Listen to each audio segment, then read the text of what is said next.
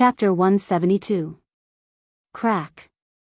The prairie-burning sword transformed into a streak of fiery light and swept across Qin Yan's dragon-scale armor martial soul shield, but it only left behind a shallow mark on it. And Qin Yan's strenuous counterattack also caused a groove to appear on the wall of Lin Muyu's gourd. However, this mark was swiftly repaired by battle qi. This was the result of the recovery ability. Qin Yan's fire snake spear battle method was wide open and wide, seemingly reckless, but concealed a profound theory. Each attack would always hold back, allowing Lin Muyu to dodge the first attack but absolutely not the second. Even the number of times he attacked Lin Muyu was quite a few times more than the number of times Lin Muyu attacked him. But Lin Muyu borrowed the gourd martial soul's many techniques. Under the unceasing consumption of the recovery ability, Qin Yan's dragon-scale armor was already riddled with holes. All right. Qin Yan abruptly blasted back Lin Muyu with a spear. Panting heavily, he laughed loudly and waved his hand, saying, "My battle qi is already exhausted. Big brother Lin Muyu is indeed very impressive. No wonder Big Brother said that your strength is absolutely not beneath his." "Oh. Did Big Brother Qin Lei say so?" "Yes. He and Commander Feng Jixing's evaluation of you is very high, feeling that you are the person with the highest talent and comprehension ability among the younger generation in the imperial capital. Perhaps, you will also be the strongest person in Lanyan City in the future." "Like that, huh?" Lin Muyu rubbed her nose and said somewhat awkwardly, "I'm not that impressive. Otherwise, I also wouldn't have nearly been killed time and time again." Qin Yan chuckled. "But didn't you avert danger every time? This is proof of strength." "All right, little Prince Qin Yan, I'm returning to the Eagle Nest camp. And I'll send Big Brother off." "All right." Qin Yan escorted Lin Muyu all the way out of the Divine Palace, shocking the few Divine Palace guards outside. The second son of Prince Jining actually escorted Lin Muyu out. This kind of treatment was not available to others, and they could not help but respect this number one sparring partner of the Divine Palace a little more. In fact, the people in the Divine Palace were truly in awe. In the competition just now, Lin Muyu had clearly won. In many people's hearts, the strength of the number one sparring partner was still above that of the number one instructor. Lin Muyu's strength was so strong that it was as terrifying as a freak.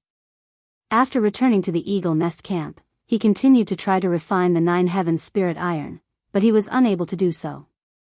Late at night, Lin Muyu had already tried countless times, and her face was a little pale. Lulu fluttered on his shoulder and said, "Big brother, why don't we give up? This isn't a solution either." Lin Muyu was extremely weak. She nodded and sat down on the floor tiles dejectedly. At this moment, Wei Chao's voice came from outside. "Lord Commander, Princess Tang Xiaoxi requests an audience." "Oh, Xiaoxi is here." Lin Muyu's heart warmed, and she hurriedly got up and walked out of the residence. The night was not very good. There was no moon or stars, and it was pitch black. Outside, under the illumination of the torches, Tang Xiaoxi dismounted and walked over with a smile. When she got closer, she saw Lin Muyu's expression, and couldn't help but be stunned. "Mu, what's wrong with you? Have you not recovered from your injuries from the battle at Deer Cry Park?" "No." Lin Muyu shook her head. Tang Xiaoxi pouted, and took out a silk handkerchief to wipe the sweat off his forehead. "I have been cultivating in seclusion in the Duke's residence these days, and didn't expect so many things to happen outside. I'm really sorry." Lin Muyu couldn't help but laugh. "Xiaoxi, why are you apologizing? You haven't let anyone down." "No, it's just that I should have come to see you earlier." This. Lin Muyu suddenly felt speechless. "Aren't you going to invite me in?" Tang Xiaoxi asked with a smile. "All right." Lin Muyu stepped aside, and Tang Xiaoxi ordered the guards behind her to stay outside, while she followed Lin Muyu into his residence. Wei Chou followed closely behind, and with an ambiguous smile on his face, he asked, "My lord, do you need me to prepare something for you?" His smile was really asking for a beating, and Lin Muyu glared at him. "Prepare what?" What's with that smile on your face? Don't tell me you want to prepare a box of Durex for me? Wei Chou was stunned. What is Durex? Tang Xiaoxi was also stunned, and asked with a smile, Mu, what is that? Lin Muyu scratched her head, and secretly hated herself for blurting it out.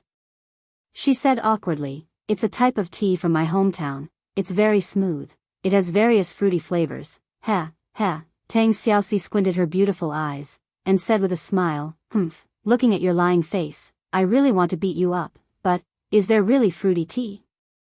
If there's time, you must invite me to try it.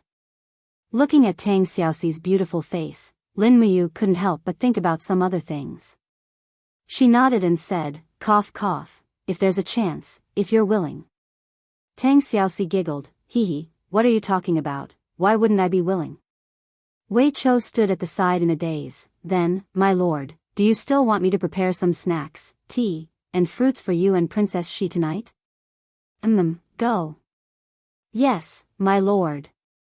Although Lin Muyu's room was spacious, it didn't have many furnishings. There was a table, a few chairs, and the rest was a bed.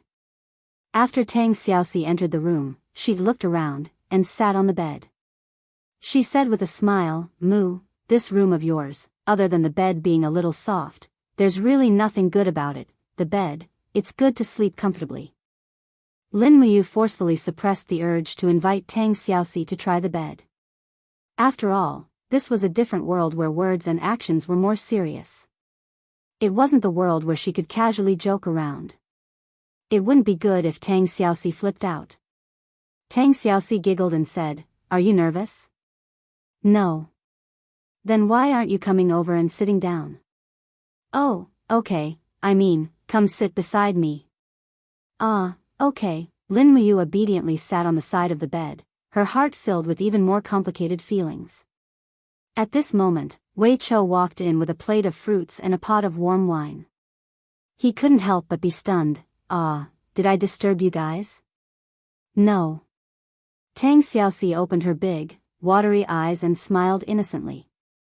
Lin Muyu gestured, Wei Chou, you can leave after you put down the things. Yes. Wei Chou turned around and left. A man and a woman stayed in a room together, and the atmosphere was slightly awkward. The faint fragrance from Tang Xiaoxi really tested a person's patience. Lin Muyu was a hot-blooded man after all, so how could he resist this kind of temptation? He hurriedly used the spirit pulse technique to clear the distracting thoughts in his mind. But at this time, even Tang Xiaoxi was quite nervous. Her beautiful face was red as she said, should I not have come tonight? No, Lin Muyu smiled slightly, Xiaoxi, how's your advancement recently? I'm almost at the peak of the third heaven of the earth realm. Recently, Chu has been teaching me how to cultivate, so my advancement speed is very fast, but I can't break through to the heaven realm. I'm still keeping the 5,000-year-old fire spirit stone that you brought with you. I'll use it on the day I break through. I see. Lin Muyu stood up and poured a glass of wine for Tang Xiaoxi. She said, drink some wine to warm your body. Xiaoxi's cultivation speed is still very fast, much faster than I thought. Tang Xiaoxi also stood up and said with an unconvinced smile, what's wrong? Do you think I'm a pampered princess who doesn't want to improve? Of course not. Xiaoxi is the best. Tang Xiaoxi drank a glass of wine, and her face seemed to turn even redder. She suddenly asked, Mu, you saved Xiao Yin in Deer Garden, did she? She stammered for a long time, but did not say anything. Lin Muyu's heart also beat faster, and she asked, did Xiao Yin do something? Tang Xiaoxi's face turned red, and even Lin Muyu could feel the heat. She stammered for a while, and said, did she tell you that she likes you? No. Lin Muyu was extremely embarrassed. All right then. Tang Xiaoxi seemed to be relieved of a heavy burden, and she pursed her lips into a smile. Mu, after you became the commander of the Eagle Nest Camp, are you especially busy with military affairs? Lin Muyu spread her hands. Do I look like I'm busy with military affairs? You don't, then that's right, I've handed everything to Wei Chou, Xiahou Sang, and the other squad leaders of the Imperial Guards. Humph, you can even be so casual as the commander of the Empire's regular army. You're really something, is that so? Lin Muyu glanced at her, and said, you speak as if you're very diligent. Do you want to see how much work it takes to train and deploy nearly 1,000 troops every day? Tang Xiaoxi laughed. I don't want to. Looking at her beautiful smiling face, Lin Muyu's heart was pounding. Just as she was about to lose control of herself, a sudden clap of thunder came from outside. It's thunder, it's going to rain. Tang Xiaoxi said, blinking her eyes. Lin Muyu chuckled, don't worry, there are plenty of rooms in the Eagle Nest camp. If it really rains, you can stay the night in the Eagle Nest camp. A naughty smile appeared on Tang Xiaoxi's face. Does that mean something is going to happen? What could happen? Lin Muyu said righteously. Tang Xiaoxi pouted, oh, you're so disappointing, you. I can't talk to you anymore. Lin Muyu was indignant. She was actually being teased by Tang Xiaoxi. It seemed that the girls in this world were quite loving, much more lively than she had imagined. Whoosh, opening up an oil paper umbrella, Lin Muyu said, Xiaoxi, come out with me to see the thunderstorm? Yes. This was a winter thunderstorm. The heavy rain poured down on the Eagle Nest Mountain, causing the flames in the braziers to flicker. In the distance, Wei Chao's loud voice could be heard, hey, you lazy bums, pay attention to the oil in the braziers. Don't let the fire go out, or I'll spank your butts. Tang Xiaoxi smiled, tightened her cloak, and snuggled up to Lin Muyu. Chapter 173. The oil paper umbrella was not big to begin with, so Tang Xiaoxi could only lean against it tightly. Lin Muyu tried his best to cover Tang Xiaoxi's head with the umbrella. In the blink of an eye, half of his armor was soaked. Eagle Nest Mountain was just like its name. It was a towering mountain with a lone peak rising into the sky. It was very similar to the Dragon Rocky Mountain where the Longdan army camp was based. The only difference was that the Dragon Rocky Mountain was more spacious and could accommodate more troops. At this moment, thunder rumbled in the distance, accompanied by rain. Lin Muyu naturally reached out and hugged Tang Xiaoxi's shoulder. The two of them walked to the cliff of Eagle Nest Mountain. Looking into the distance, the capital city of Lanyan City was flashing in the lightning and swaying gently with the wind and rain. Tang Xiaoxi turned around and felt Lin Muyu's arm around her. She blushed and smiled. Mu, do you think this place is romantic? Romantic? Lin Muyu could not help but laugh. A bolt of lightning is enough to turn a person into ashes in an instant. The power of the heavens cannot be violated.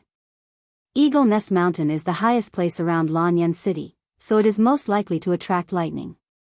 This is really not romantic, Tang Xiaoxi giggled and said in a voice as soft as a mosquito's buzz, you are really unromantic. What? Nothing, do you want to patrol the camp? There is no need, Wei Chou, Xiahou sang and the rest are here. Furthermore, we have sentries all around, so it will not be easy for anyone to climb up the mountain.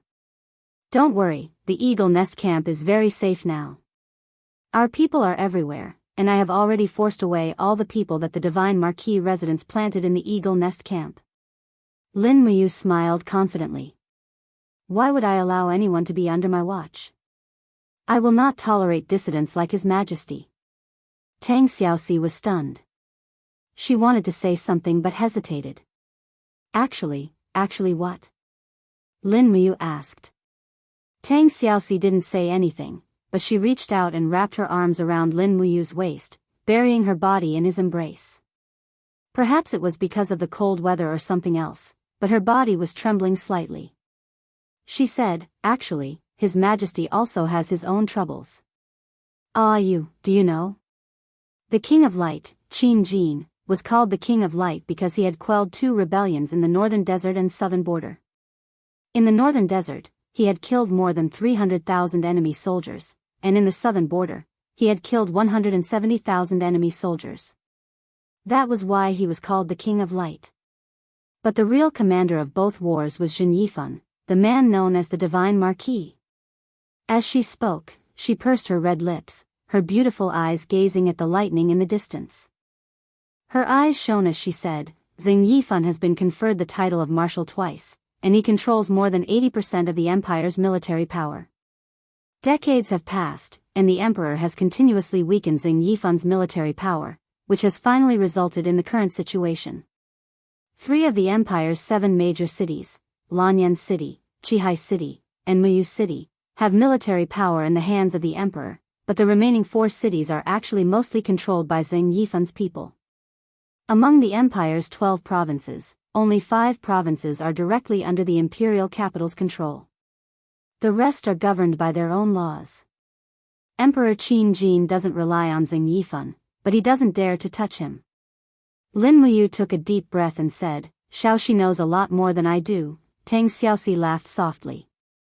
I grew up in Seven Seas City and was influenced by what I saw and heard. Of course I know more than you. But Mu, your current status is different from when you were in Cathaya City. You are now one of the 3 commanders-in-chief of the Imperial Army and a general with military power. There are some things you should know. Oh right, I'll give you a military distribution map of the Empire's 12 provinces later. You should have studied it a long time ago. Amen. Thank you, Xiaoxi.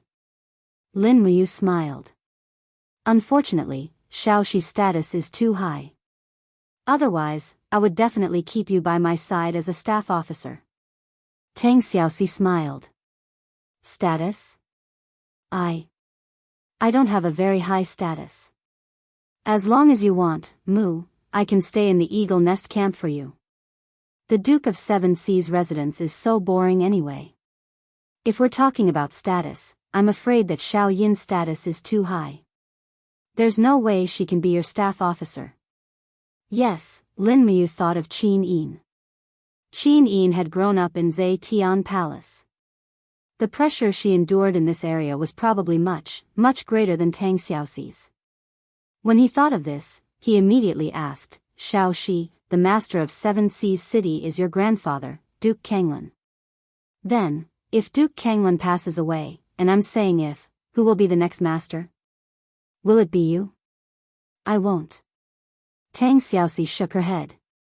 After all, I'm a woman. So, unless it's a last resort, I won't be given military power. Besides, I have a few brothers above me. With them around, it won't be my turn to wield military power. Besides, I have no interest in this area. Or, she widened her eyes and looked at Lin Muyu. She smiled. Or do you want me to wield Seven Seas City? If that's the case, I can give it a try. Grandfather loves me so much. Maybe he will make an exception and pass the title of Duke of Seven Seas City to me? Lin Muyu was stunned. Forget it. I don't want you to be so tired. Besides, I'm a person who's good at satisfying others. It's good to have you by my side. If you really go to Seven Seas City to be the master, I'm afraid it'll be difficult for me to see you again. Yes, Mu is the smartest. At this moment, with a sudden crack, a purple thunderbolt fell on the top of the mountain in front of them. It directly struck a pine tree and set it on fire. Moreover, some light purple flames fell from the sky. These flames slowly seeped into the rocks. In the blink of an eye, the rocks actually rustled and weathered away. Lin Muyu's eyes widened. What kind of flame is that? It can actually burn rocks into powder? Tang Xiaoxi narrowed her eyes. It's the heavenly fire. Legend has it that the heavenly fire can burn everything. It's just a piece of cake for it to burn rocks. I didn't expect to see the heavenly fire here. Mu, let's go back quickly. Once the heavenly fire falls on us, I'm afraid we'll be burned into a pile of ashes even if we have the body of the sanctuary. No. Lin Muyu's heart skipped a beat. She said, Xiaoxi, go back to my room and wait for me. I need these heavenly fire. This kind of heavenly fire came from nature, but its temperature was even higher than the hellfire. Wasn't this what Lin Muyu needed the most? Seeing her determined look, Tang Xiaoxi bit her red lips and said, well, Mu won't go back. I'll stay here with you. No, Xiaoxi, go back. It's dangerous here. Humph, you dare to drive me away? I'm a princess. The beautiful princess quickly got into her role and began to put on airs. Lin Muyu shrugged. Well, you help me hold the umbrella. I'm going to refine these heavenly fire. Okay. Tang Xiaoxi held the umbrella. Because of the height difference, she almost crossed her legs. Ignoring the heavy rain, Lin Muyu quickly came to the place where the heavenly fire landed. She opened her hand and spat out her fighting energy. The light of the refining cauldron quickly enveloped the heavenly fire. Then, Lin Muyu closed her eyes. It was not easy to refine a kind of fire. She needed to understand its temperature and characteristics. The characteristics of the hellfire were fierce, while the heavenly fire was destructive. Buzz, the crafting cauldron trembled slowly, and the heavenly fire seemed to have a mind of its own. What Lin Muyu needed to do was to use her battle chi to control these heavenly fire and make them submit to her and be used for her own purposes. The night wind was cold, like a knife scraping her skin. Tang Xiaoxi trembled slightly. She had to release the fire fox martial soul. The small fire fox lingered on her shoulder, providing heat for its master. Lin Muyu was immersed in the process of refining the heavenly fire. He closed his eyes and surrounded his whole body with fighting energy. He looked like a god of war resting with his eyes closed. Tang Xiaoxi looked at him, and a smile appeared on her lips. It seemed that just looking at him like this was also a happy thing. The refinement process lasted for 7 hours. By the time the heavenly fire was successfully refined and tamed, it was already close to dawn. The cold rain was still falling. Lin Muyu slowly breathed a sigh of relief and opened his eyes. There was a strange look in his eyes. When he turned around, he found that Tang Xiaoxi was almost frozen into a beautiful ice sculpture. There were even icicles hanging from her long hair. She was staring at him silently with her big eyes. Are you okay, Xiaoxi? He anxiously hugged her. Is it too cold? Tang Xiaoxi was so cold that her whole body was trembling. She nodded. Oh, why aren't you cold at all? Your body is so hot, because I'm a young man. That's enough, let's go back quickly. Okay. When they returned to Lin Muyu's room, he quickly ordered Wei Chou to prepare some water for Tang Xiaoxi to take a bath. Then, he boiled some ginger soup for her. As for Lin Muyu, he waited outside the door until Tang Xiaoxi finished bathing, ate something, and went to bed. Are you feeling better? He looked at Tang Xiaoxi who was lying on his bed. Tang Xiaoxi smiled and nodded. Yes, much better. Your guards are waiting outside. If I don't hand you over, they will kill me, let them be. Moo, don't go. Stay here with me, okay? Okay then, Lin Muyu sat on the bed and watched Tang Xiaoxi fall asleep. Then, she started to work. That's right, she could refine that stubborn stone now. Buzz. The artifact refining cauldron appeared in the hall of her residence. Lin Muyu controlled the artifact refining cauldron with one hand and threw the 9 heavens spiritual iron in with the other. With a soft chant, the 6th layer of refining fire, heavenly fire emerged and lingered around the 9 heavens spiritual iron as it burned fiercely. In an instant, the outer layer of the 9 heavens spiritual iron began to peel off. It was a success. This heavenly flame was indeed extraordinary. Its refining effect was much stronger than the hellfire's refining effect. After nearly 2 hours, the 9 heavens spiritual iron was completely melted into lava. Lin Muyu reached into her Qingquan bag and took out the 12,300-year-old dragon snake spirit stone. Then, she continued to refine the spirit stone. Chapter 174. Swoosh, swoosh, streaks of heavenly fire in the form of fiery red divine dragons circled around the spirit stone, letting out a low whistling sound. Lin Muyu focused on increasing her battle chi to continuously provide energy to the weapon refining cauldron.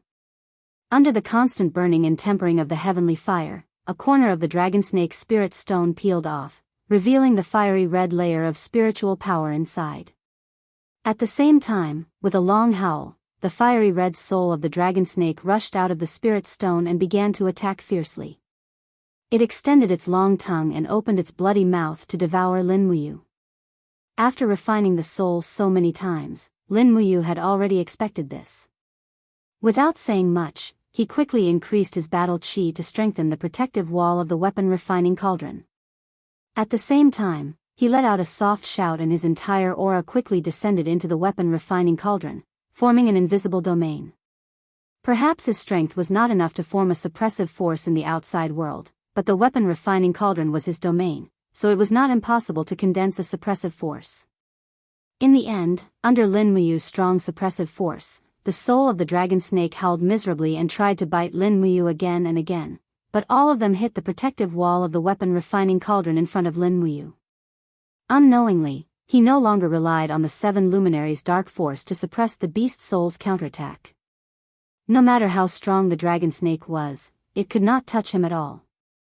Finally, the soul of the dragon snake struggled a little and Lin Muyu slowly raised her arm.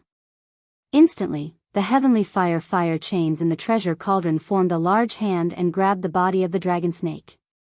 Under the tempering of the heavenly fire, the soul of the dragon snake instantly disintegrated, turning into specks of starlight that seeped into the scorching hot nine heaven spirit iron lava. Squeak, squeak, in the faint sound, the impurities in the iron lava were constantly refined and sublimated. The remaining iron lava was red and almost purple. In Yi, Lulu quickly gave Lin Muyu a set of sword molds. After repeatedly selecting, she finally chose a set that she was more satisfied with. This was a set of sword molds that was designed with the symbol of dragon. The body of the sword was slender, but the edge of the sword was thicker and more dignified. The blade was about 1 centimeter wide, and behind it was a simple and unadorned Eastern pattern. In the center of the blade was a thin blood groove, and on both sides were engraved patterns of divine dragons. The sword hilt appeared very graceful, like the head of a real dragon, and its whiskers slowly spread out, looking very lifelike. At the end of the sword hilt was a six-pointed star pattern. In the middle of the six-pointed star was hollowed out, with a Tai Chi 8 trigrams floating above it. The spiritual power was gently flowing, but the people in this world didn't pay attention to the balance of yin and yang, so they probably didn't understand the profound meaning of the 8 trigrams. Soon, the shape of the whole sword was revealed. Lin Muyu closed her eyes and continued to use her spiritual sense to refine the details of the blade. When she was refining the burning prairie sword, she adopted the design of compound blades, with a total of 5 compound cutting layers. This way, the sword would be sharper and more durable. However, the material of this sword was rarer than the Millennium Meteoric Iron. The density was higher, and the particles were finer. Therefore, Lin Muyu spent a lot of effort and spent nearly an hour to carefully polish it. She designed a total of 10 compound cutting layers for this new sword. It could be said that this sword was also the pinnacle of Lin Muyu's current forging ability. Ow ow, this dignified and unadorned long sword was done in the blink of an eye, and the roar of a dragon snake that sounded like a real dragon came from it. What should I call it? Naturally, Lin Muyu was very satisfied with this sword.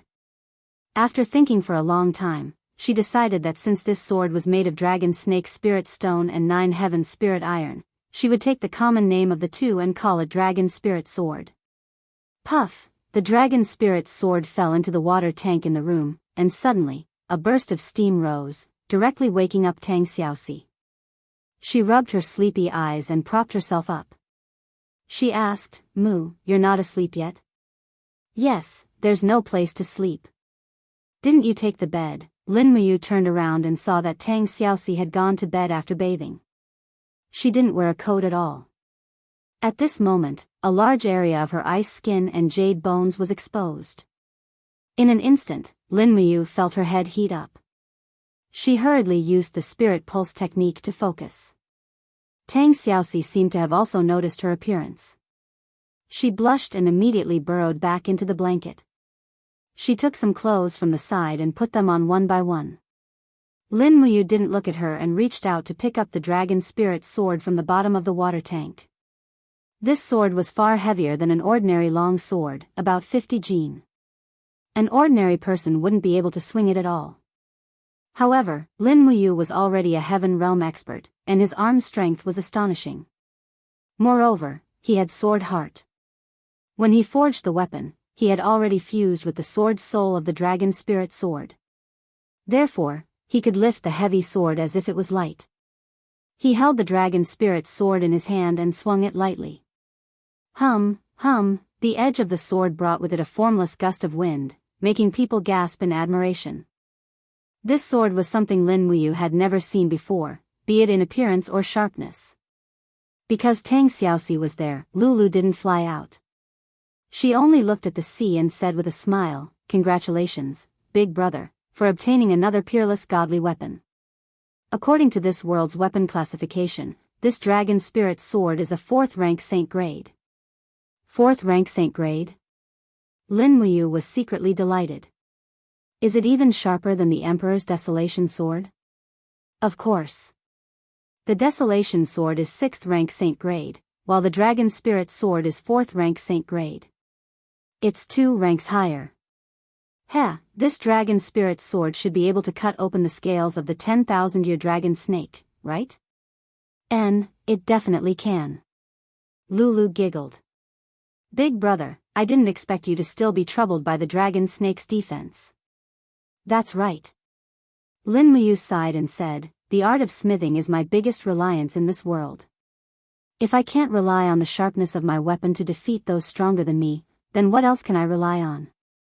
If my burning prairie sword could pierce through the dragon snake scales, I'm afraid Xiao Yin and big brother Feng Jixing wouldn't have encountered such danger. Lulu smiled slightly. Big brother, you don't have to blame yourself. Your performance was already very perfect.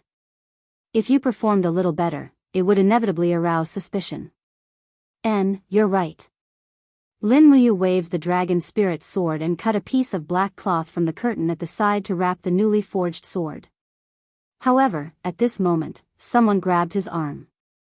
It was Tang Xiaoxi. Is this the work you've been working on all night?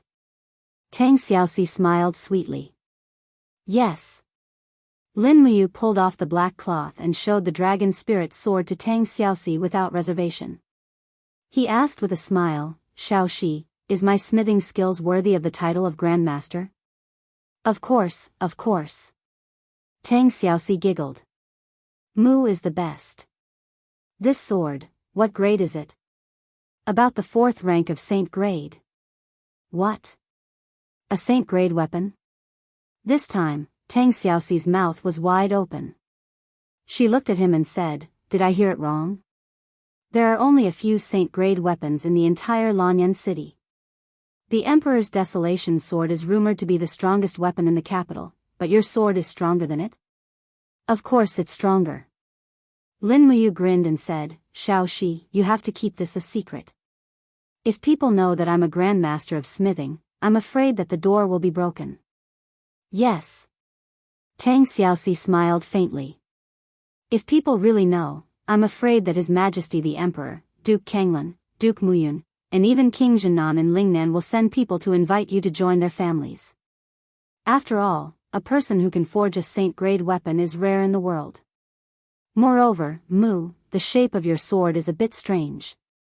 I'm afraid it won't fit well with a normal scabbard. When you ask someone to forge the scabbard for you, don't take the sword with you. Just draw a drawing directly. Well, Xiaoxi is really thoughtful. I understand. When are you going to forge the scabbard? I'll go with you. I'll also ask you to accompany me for a stroll in Lanyan City. In the afternoon. Okay. In the afternoon, Lanyan City was very quiet, but from time to time, there were people galloping on horses. Their destination was the Chamber of Commerce of the imperial capital. It seemed that the 100 bottles of Dream of the Zenith would be auctioned this afternoon. Needless to say, it must be unprecedentedly lively. All the noble childs would not miss the legendary treasure of Dream of the Zenith.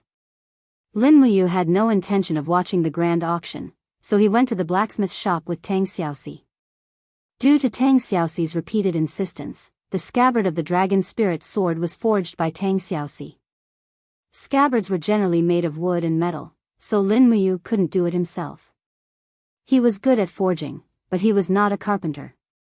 The shopkeeper looked at Tang Xiaoxi and Lin Muyu with a fat face and said with a smile, generally, the wood used in scabbard is divided into several grades. The higher the grade, the stronger and more durable it is. Miss, look, this is mahogany, and the casting cost is only 1 gold kin coin.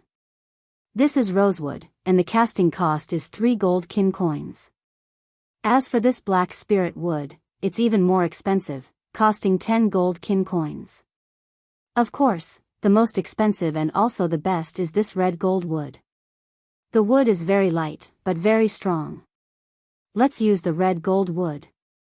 Tang Xiaoxi smiled and said, the accessories for the scabbard can be made of red gold. How much do you think this scabbard will cost? A total of, about 120 gold kin coins. Got it.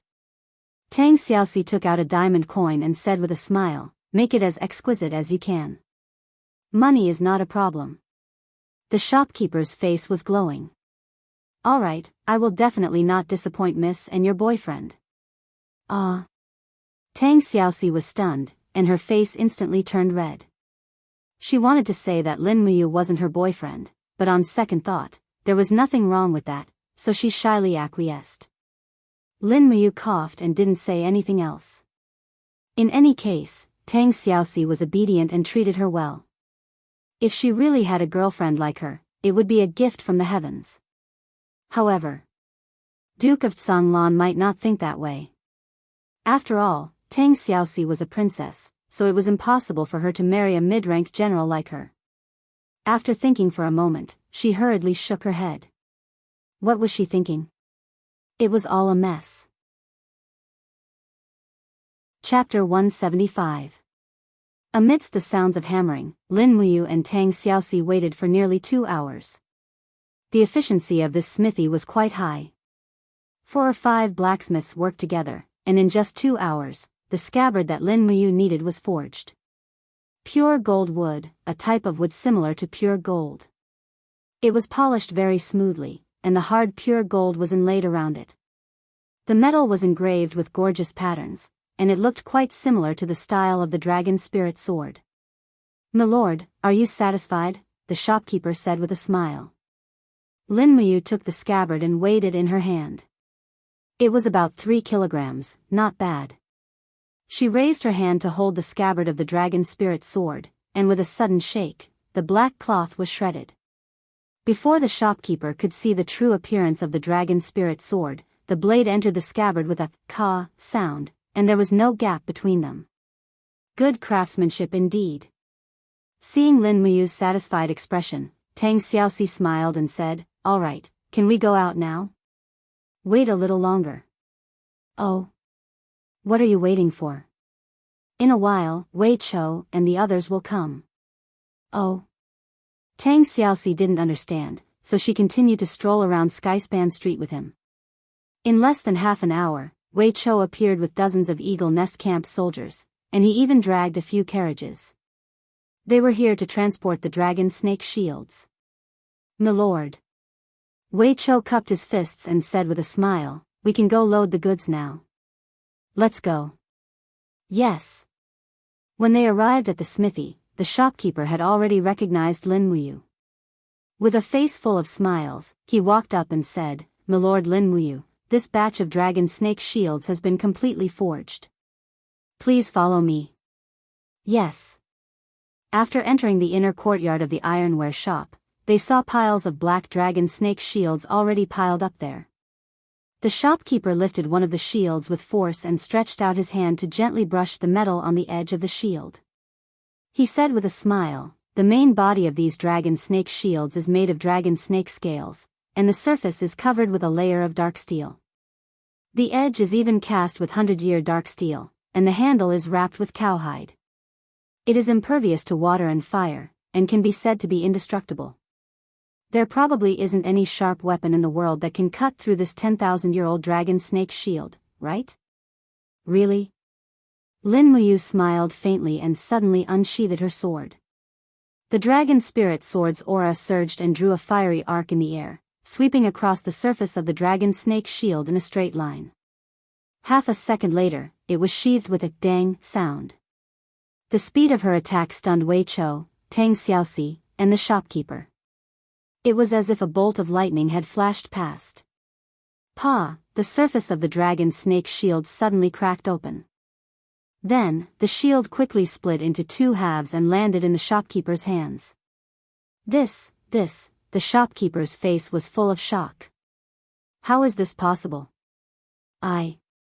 We have tested it many times. The strongest blacksmith in the shop used our best weapon to hack at the dragon snake's shield.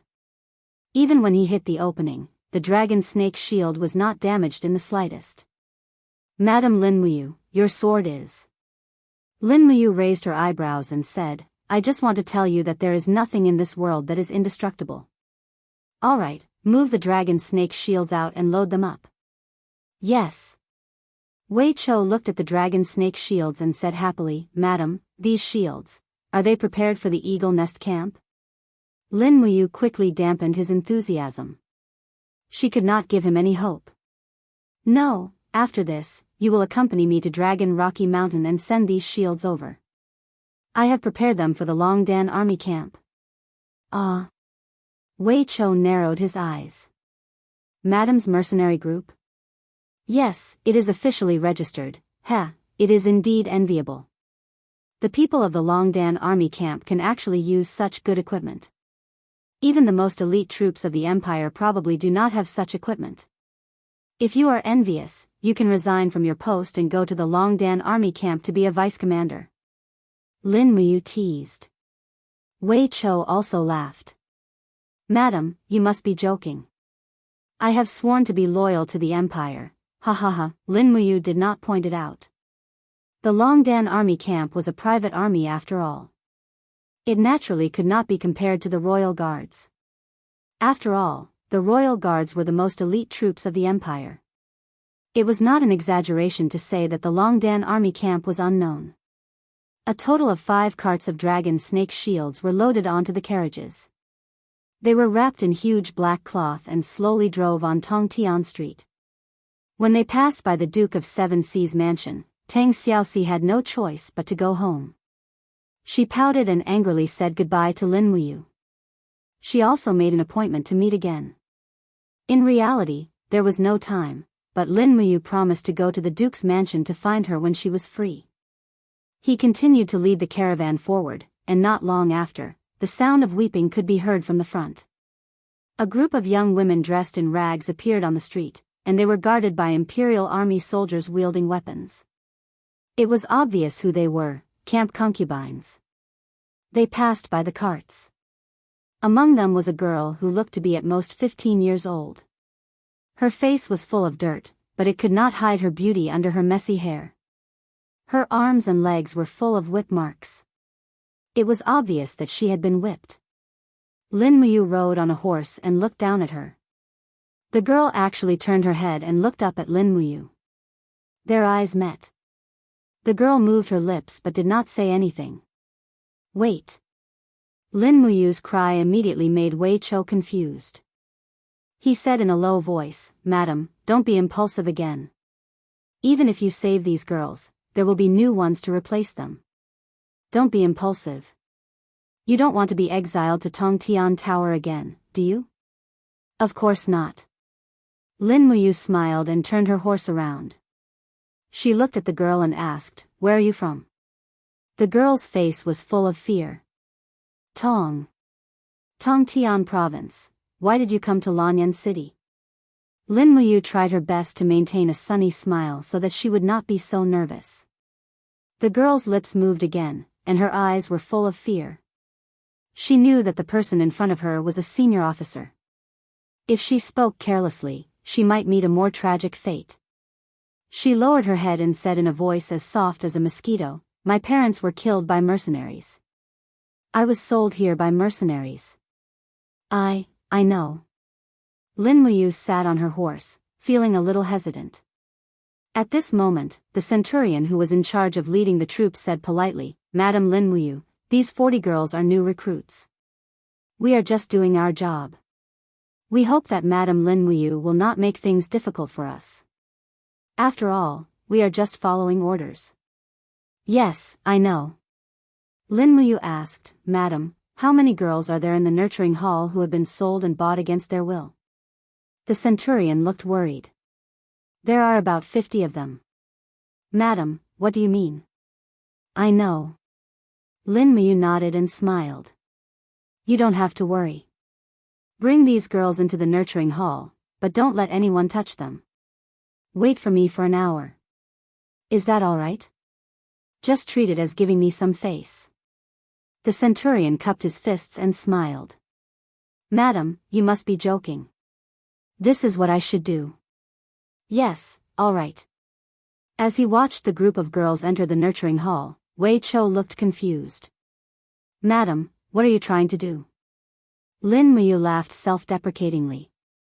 In the past, I always thought that I was great and could change everything. I thought that I couldn't tolerate even a speck of dust in my eyes. Now, I truly understand the true meaning of the saying, change what you can change, and endure what you can't change. Perhaps this nurturing hall is something that I can't change with my power, but I can still change something. Wei Chou, where is the largest place in Lanyan City to drink and drink with prostitutes?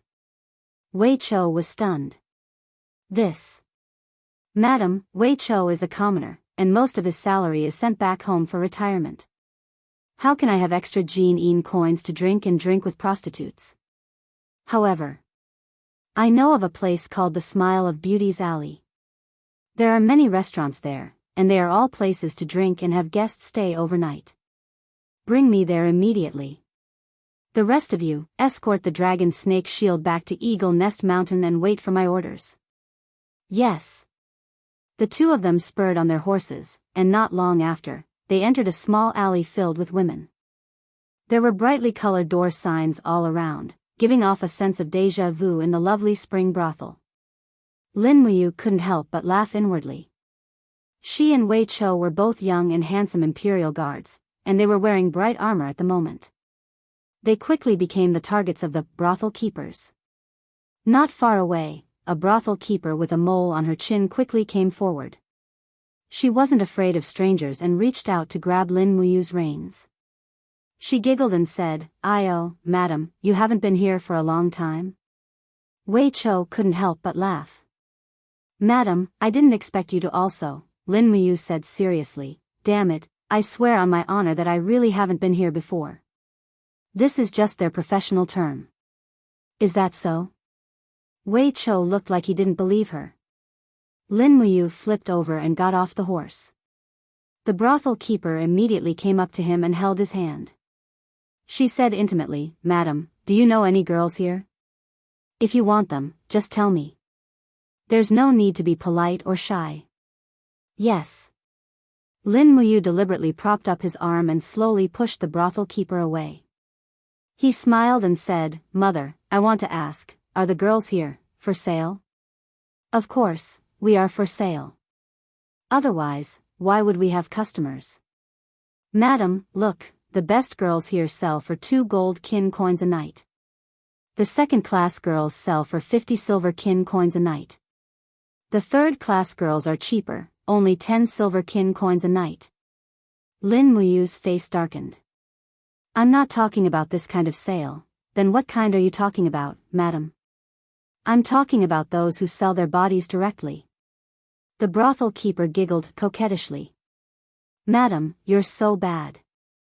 The girls here sell their bodies, not their skills." Lin Muyu wanted to die. Wei Chou joked at the side, "Do the third-class girls cost 10 silver kin coins a night? Do you have any girls that sell for 10 copper kin coins a night? You can consider it." The brothel keeper smiled and said, "Madam, you must be joking. Those who sell for 10 copper kin coins a night are not girls, but pigs." Wei Chou was speechless. Chapter 176. Be serious, be serious. Lin Muyu glared at Wei Chou. At the same time, she forced herself to be more serious. She said to the brothel keeper, "Mother, I just want to ask, do you have the kind where I can directly buy a contract to sell her?" The brothel keeper was stunned. "This. Our ladies are all talented and skilled. If you want to buy one directly, it will be very expensive." What do you intend to do, my lord? What kind do you want? Lin Muyu took a deep breath and said, don't worry about what I want to do with them. I want the kind that is happy to do things, understand? The brothel keeper laughed. My lord, you want the kind that is passionate and hospitable? Yes, you can say that. Lin Muyu's scalp was already numb. Wei Chou was gloating at the side. The brothel keeper had already realized that a big business was coming. She said, I have a total of 127 ladies in this restaurant. Do you want to call all of them down for my lord to choose? Sure. Okay. The brothel keeper immediately raised her hands and shouted, ladies upstairs and downstairs, hurry up and receive the guests. Soon, a large group of prostitutes gathered in the lobby. Wei Chou's eyes were glued to them. Lin Muyu was born in a business family. Her father had brought her out to socialize many times since she was an adult. She had also been to these brothels many times, so she had strong self-control. She had never eaten pork before, but she had seen pigs run. The brothel keeper secretly lifted her already sagging breasts and asked with a smile, my lord, the contracts of the ladies here are basically between 300 and 500 Jianghu coins. How many do you want to buy? 50, Lin Muyu said indifferently. Can you give me a discount, 50? The brothel keeper opened her mouth and said with a smile, that many. My lord, you are really generous. If you buy 50, you can get one a day for 2 months. There won't be any duplicates, Lin Muyu glared at her. Shut up.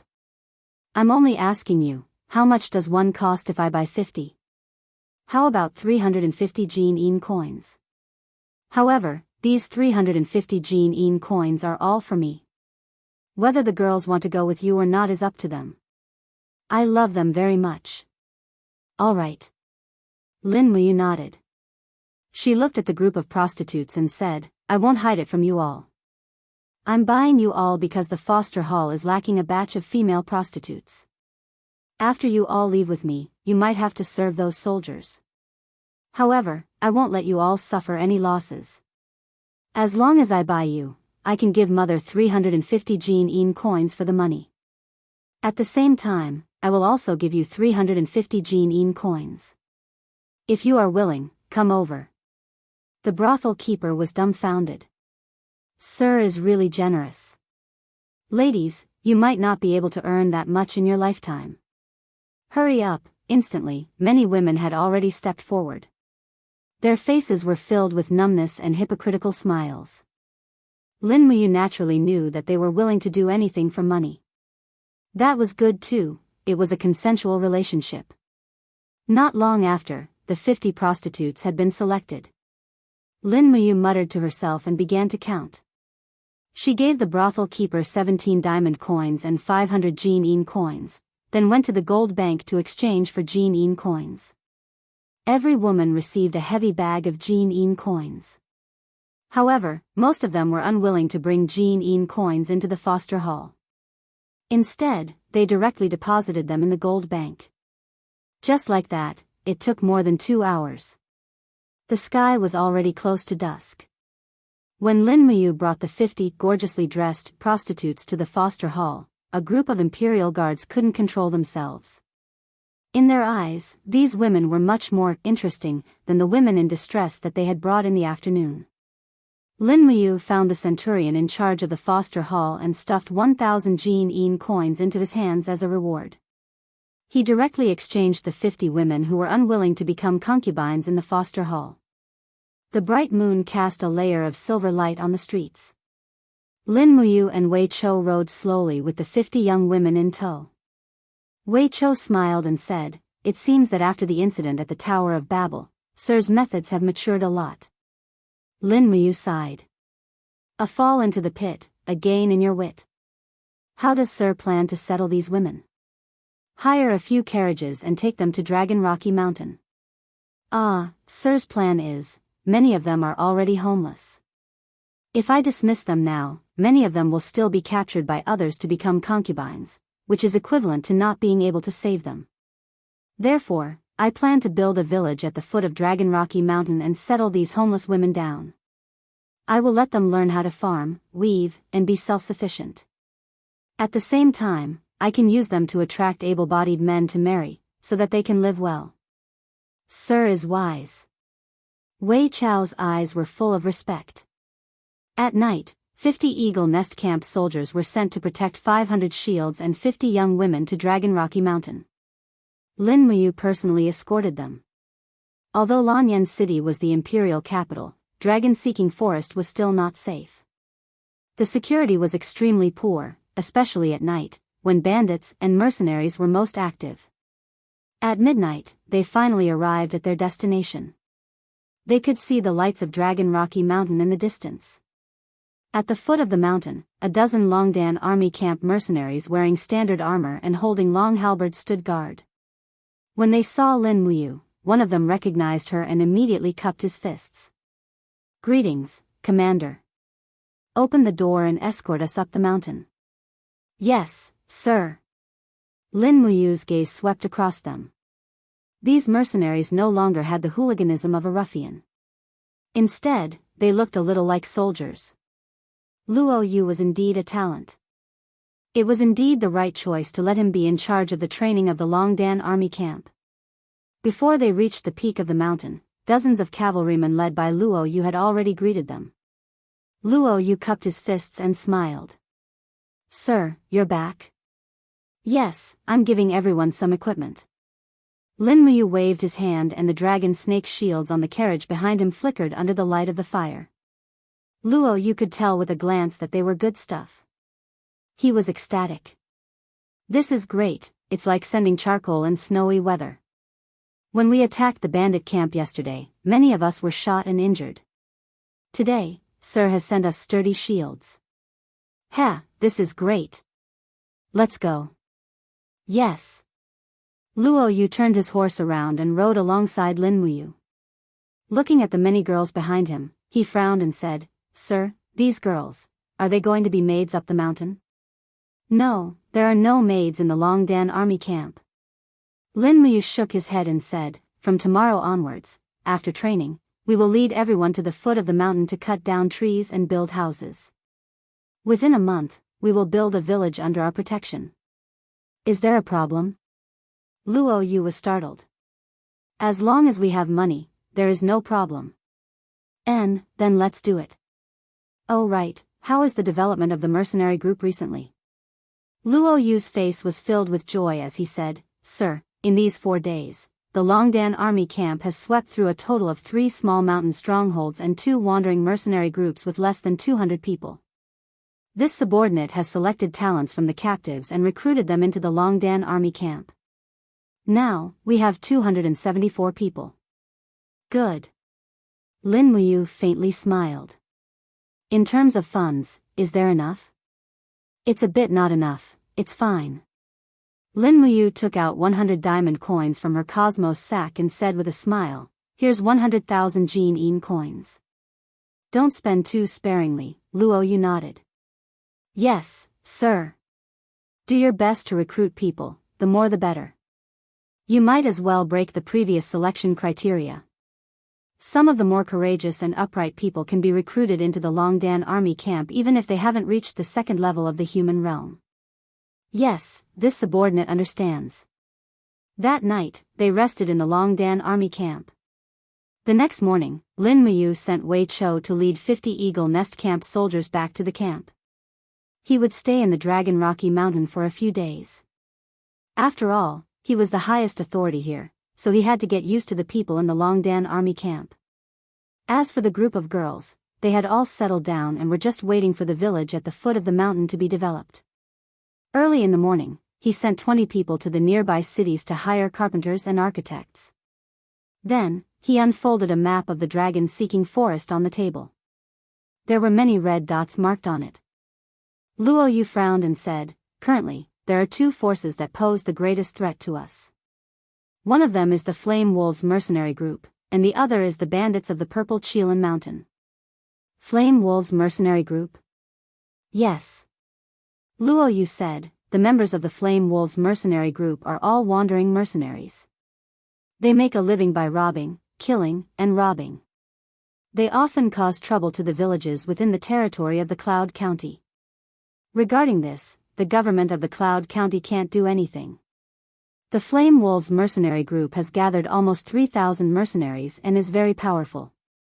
However, the total number of troops stationed in the Cloud County city does not exceed 2,000. Good lord. Lin Muyu held the hilt of the dragon spirit sword and said, 3,000 mercenaries is indeed a lot. It's about 10 times the number of us. If we really fight, our chances of winning are not high. Luo Yu smiled and nodded. Yes, that's why I haven't dared to make a move. However, rumor has it that the leader of the Flame Wolves mercenary group, Fengxi, is already eyeing our Dragon Rocky Mountain. It's said that he is determined to get us. In the next 2 days, the Flame Wolves mercenary group will definitely attack Dragon Rocky Mountain. That's great, a cold light flashed in Lin Muyu's eyes. Then I'll stay on Dragon Rocky Mountain for the next few days and deal with this Fengxi. After that, Lin Muyu gave her original sword, the Burning Prairie Sword, to Luo Yu. With Luo Yu's strength, she was worthy of this mysterious rank treasure sword. Of course, Lin Muyu's Dragon Spirit Sword was even sharper. Any weapon below the mysterious rank would not be able to clash head-on with the Dragon Spirit Sword. Otherwise, the sword would break and the person would die. This was the strength of a saint-rank weapon.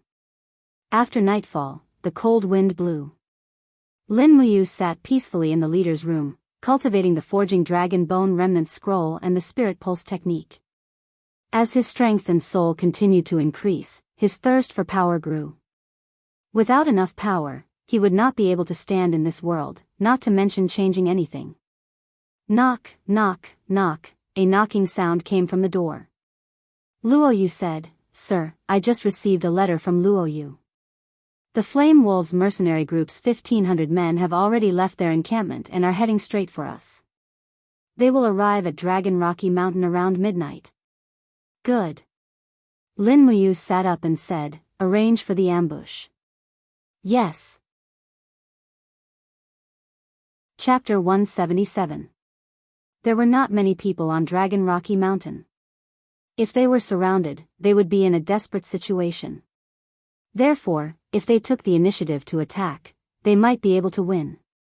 If not, they would definitely lose. Lin Muyu could not be said to be well versed in the art of war, but at least she understood such a simple principle. The Flame Wolf mercenaries' camp was about a 3-hour infantry journey from Dragon Rocky Mountain. Based on her understanding, the Flame Wolf mercenaries' camp was not very rich. They did not have more than 300 warhorses. Therefore, it was impossible for them to attack purely on cavalry. They could only advance with cavalry and infantry. Luo Yu pointed at the map and said, "They have a lot of people, so they will definitely take the official road. So here. Broken Claw Gorge is a place they must pass through. Broken Claw Gorge is a dangerous place, so it's a very good place for an ambush." Lin Muyu held a cup of fragrant tea to warm herself and said with a smile, "Then choose Broken Claw Gorge for an ambush. Bring more flags and bows. Try to defeat these 1,500 people with the least amount of casualties." Okay. Not long after, Dragon Rocky Mountain was brightly lit. Lin Muyu was a rich man in Lanyan City, so the Longdan army camp did not lack money. All of them were cavalry, and each of them carried bows, spears, and swords. They could attack from afar, on horseback, or on the ground. This was also the greatest characteristic of the Longdan army camp. Their individual combat abilities were very strong. Moreover, there were 2 Heaven State warriors, Lin Muyu and Luo Yu, leading them. This made them even more unstoppable. Only 70 people were left to guard the mountain. The other 200 people got on their horses and went down the mountain under Luo Yu's orders. The cold wind blew on her skin, and it hurt like knives. Lin Muyu lifted the cloak of the temple battle robe to cover her face. She allowed the warhorse to move forward with the team, but she had a different feeling in her heart. The people around her obeyed her orders, and this was the army she truly controlled. This was the first time she personally led an attack, and she could only win. In less than 2 hours, they arrived at Broken Claw Gorge. As the city's name suggested, Broken Claw Gorge was like a sharp claw protruding from the ground. The cliffs were very rugged and steep. Luo Yu and the others stopped and surrounded Lin Muyu, waiting for specific orders. After Lin Muyu carefully examined the surrounding terrain, she simply said, "Luo Yu, lead 100 people and split into 2 groups to go up the mountain. Prepare stones, bows, and flags on the cliffs. When all of their troops enter Broken Claw Gorge, start using bows, arrows, and rolling stones. Also, don't forget to wave the flags and cheer them on. Don't let them know how many people we have. The other 100 people, follow me and hide in the forest at the side. Once they lose their formation, we'll kill them." "Yes, Commander." Everyone's eyes lit up. 200 people against 1,500 people. What kind of challenge was that? However, Lin Muyu was brimming with confidence. Her 200 men were well-trained and well-equipped, while the other party's 1,500 men were a group of wandering mercenaries. To put it bluntly, they were a motley crew. Everyone hid in the ambush. The cold wind whistled in the air like the angry wailing of ghosts, covering all movements. The snorts of the warhorses had even disappeared with the wind. After waiting for a long time, suddenly, a white flag fluttered left and right on the cliff. Lin Muyu immediately gripped the dragon spirit sword tightly and shouted in a low voice, "Everyone, get on your horses. They're here. Listen to my command and prepare to attack." "Yes." The 100 Longdan army camp mercenaries behind her got on their horses. Their faces were full of fighting spirit. Most of them were human realm and earth realm cultivators, so they were already very strong. Now that they were facing a group of wandering mercenaries, they were even more confident and eager to fight. Finally, the sound of horses galloping could be heard in the wind. In the distance, on the official road below the Broken Claw Gorge, a group of people appeared. This group of mercenaries were actually holding torches and lanterns as they moved forward. Lin Muyu couldn't help but snicker. These idiots, aren't they purposely exposing their position? They really are a motley crew. Who's their leader? Lin Muyu asked. Behind her, a mercenary said, "It's Luo Jian, who's at the first firmament of Earth Realm. He's the vice-captain of the Flame Wolves mercenaries. Every time they go out, he's the vanguard." "Alright, capture Luo Jian alive." "Yes." In the cold wind, the Flame Wolves mercenaries slowly entered the vicinity of Broken Claw Gorge. Just when the last group of them entered Broken Claw Gorge, war drums suddenly sounded. Arrows fell from the cliffs on both sides like rain, and huge rocks fell from the sky. It was like a disaster. At the same time, at least dozens of Longdan army camps' war flags were waving on Broken Claw Gorge, and their shouts soared into the sky. "Damn." Lin Muyu grinned. Luo Yu was actually able to make such a big movement, which was very surprising to him. Many people from the Flame Wolves mercenaries quickly died, and their faces were full of anger. In the crowd, Vice-Captain Luo Jian held his sword, urged his horse, and shouted, "The way back has been cut off. Those despicable people from Longdan army camp. Brothers, follow me and charge forward. Ignore their ambush, let's go straight to the root of the problem and destroy their nest." More than 1,000 mercenaries rushed forward at the same time, but each and every one of them looked like they had thrown away their helmets and armor. "Dang!" Lin Muyu pulled out the dragon spirit sword and shouted, "Kill!" She took the lead and opened the wall of the gourd to protect herself and her horse. The other side immediately sent out a large group of soldiers with spears at least 3 meters long to intercept them. This group of wandering mercenaries had some ability, at least they knew how to deal with cavalry. However, Lin Muyu was not an ordinary cavalry. Nay, the warhorse neighed and leaped into the air. Lin Muyu brandished his long sword and the dragon spirit sword sliced through iron like it was mud. Caw caw caw, sounds could be heard as more than a dozen spears were broken. In the next moment, he had already charged into the crowd. He raised his long sword and slashed down from above, directly chopping off the arm of a wandering mercenary. Awesome! Lin Muyu secretly admired the sharpness of this saint-rank sword. When he held the burning prairie sword, he had never felt so comfortable. He spurred his horse forward, and in a flash, he had killed more than a dozen people. Behind him, the mercenaries from Longdan army camp also rushed forward, and the light of their martial spirits was constantly flashing, and the situation quickly became a crushing one. Bastard! Not far away, Luo Jian held a spear in his hand, and the power of his martial spirit appeared on his shoulder. He spurred his horse forward, and before he got close, he shook his spear, and the spearhead was like a poisonous snake trying to swallow Lin Muyu's neck. This kid's spear skills looked very ruthless. But Lin Muyu's reaction speed was faster, and he gently moved his head to avoid the attack, and the spear stabbed into the wall of the gourd.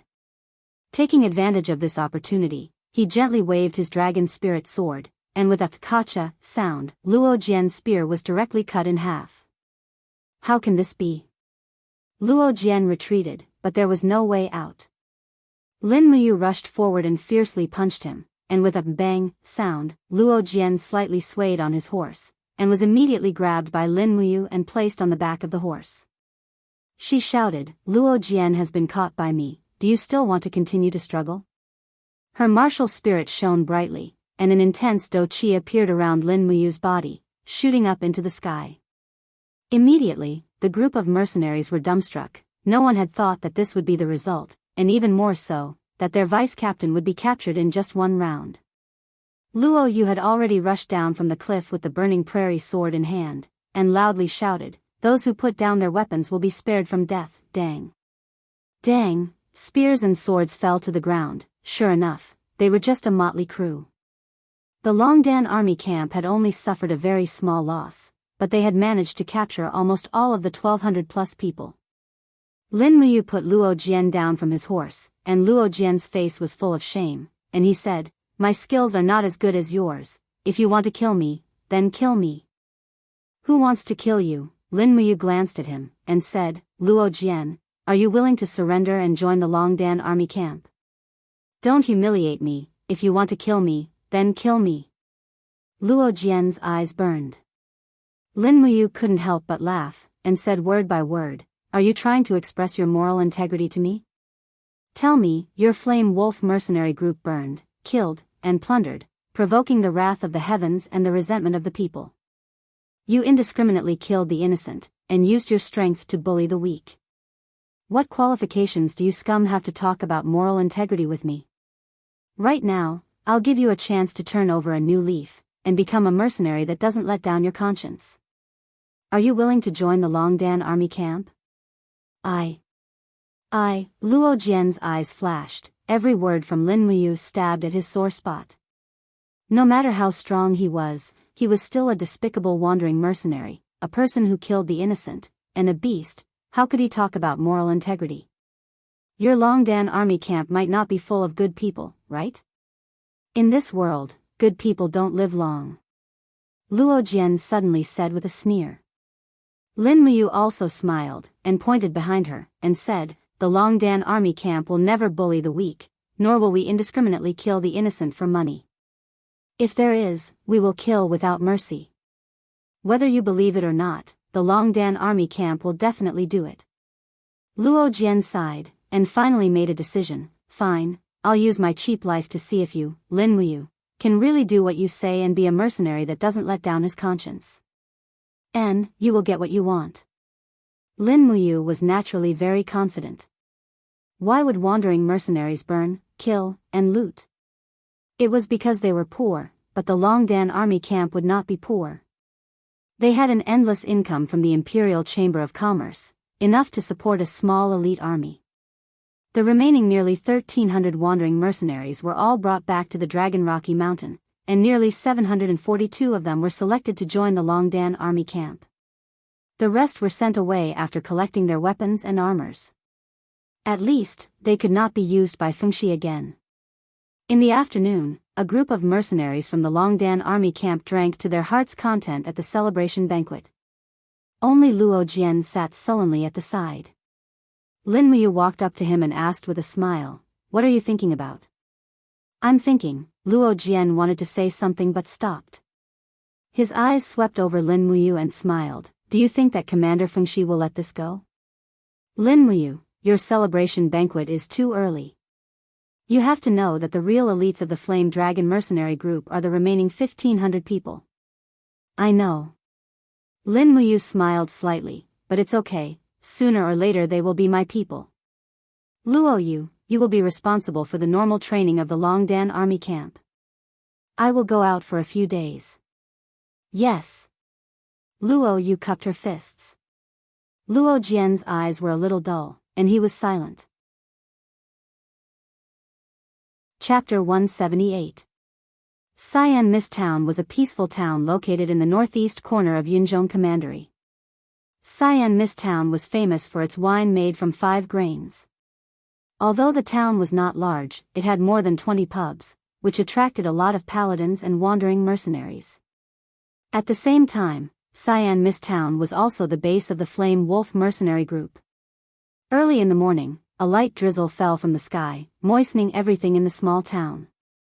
The continuous drizzle fell on the stone pavement and the soil, nurturing new life for the next spring. The pedestrians on the road looked hurried. A few burly men with heavy battle axes on their backs were asking about the price of ale in the tavern, but they just shook their heads. They didn't have enough money on them, so they wanted to find a cheaper tavern. In the drizzle, a young man in a yellow straw raincoat walked slowly. He raised his head and lifted his cloak, revealing a delicate and handsome face. He stopped in front of a tavern and immediately attracted the attention of the lady boss of the tavern. She went up to him and said with a smile, "Young master, do you want to stay here or drink?" He smiled slightly. It was a very beautiful smile, but also a little immature, and said, "I want to ask, where is the headquarters of the Flame Wolf mercenary group?" The Flame Wolf mercenary group? The proprietress was stunned for a moment, then stopped smiling and said, "Young master, you want to join the Flame Wolf mercenary group, right?" "Yes, he. Lord Fengxi lives in the courtyard at the northernmost part of this street." "But young master, you don't look like a wandering mercenary, do you?" "Thank you." Lin Muyu cupped her hands in gratitude, pulled down her cloak, and continued to walk in the rain. At this moment, a carriage suddenly galloped in front of them. The coachman's face was full of ferocity. He raised his horsewhip from afar and shouted, "Get out of the way, bastard!" Whoosh! The horsewhip flew in an arc towards Lin Muyu's neck. However, Lin Muyu's speed was even faster. She had already raised her left hand and grabbed the end of the whip with a "paw" sound. With a sudden tug, the coachman was forcefully pulled down from the carriage. It was too dangerous for a coachman to dare to drive a horse so recklessly in a small town. Bang!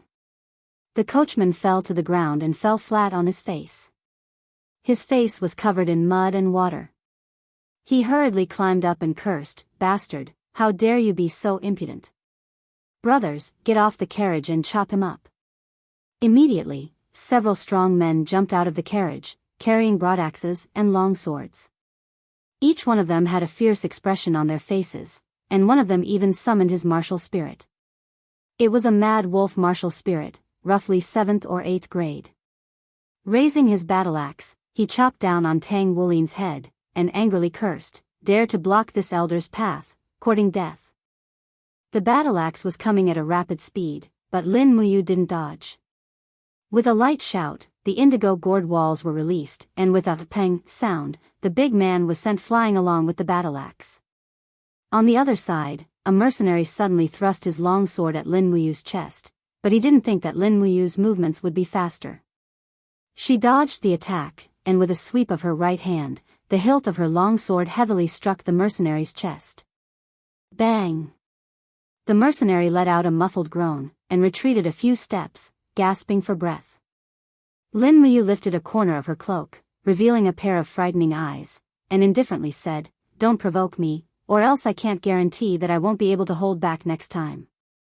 The few mercenaries were dumbstruck as they watched Lin Muyu's martial spirit gradually dissipate. None of them dared to say a word, and could only stare blankly as Lin Muyu turned around and left. At this time, at the corner of the street, a monkey-like man saw this scene, and hastily jumped onto his horse, and madly galloped towards the end of the street. He dismounted in front of a house with a green gate, and quickly rushed into the main hall, and loudly said, Captain, not good, Lin Muyu is here. In the hall, a young martial artist around 30 years old, wearing light armor, was sipping tea, and frowning. He said, Wang Ho, you're still not calm. How could Lin Muyu dare to come to our Flame Wolf mercenaries' territory alone? But I really saw him, and his martial spirit is a green gourd. Green gourd? Fengshi raised his head to look at him, and said with a smile, Green gourd martial spirit of the 10th grade. There are countless people in Lanyan City who have a green gourd martial spirit, if not 10,000. There are at least 8,000 people who have a green gourd martial spirit. How can you determine that he is Lin Muyu with just a green gourd martial spirit? Monkey Wang's face was pale. He gasped for breath and said, but, his green gourd is an indigo gourd. Moreover, it is infused with Dou Qi instead of Zhen Qi. I can see it clearly. He is coming towards us. What?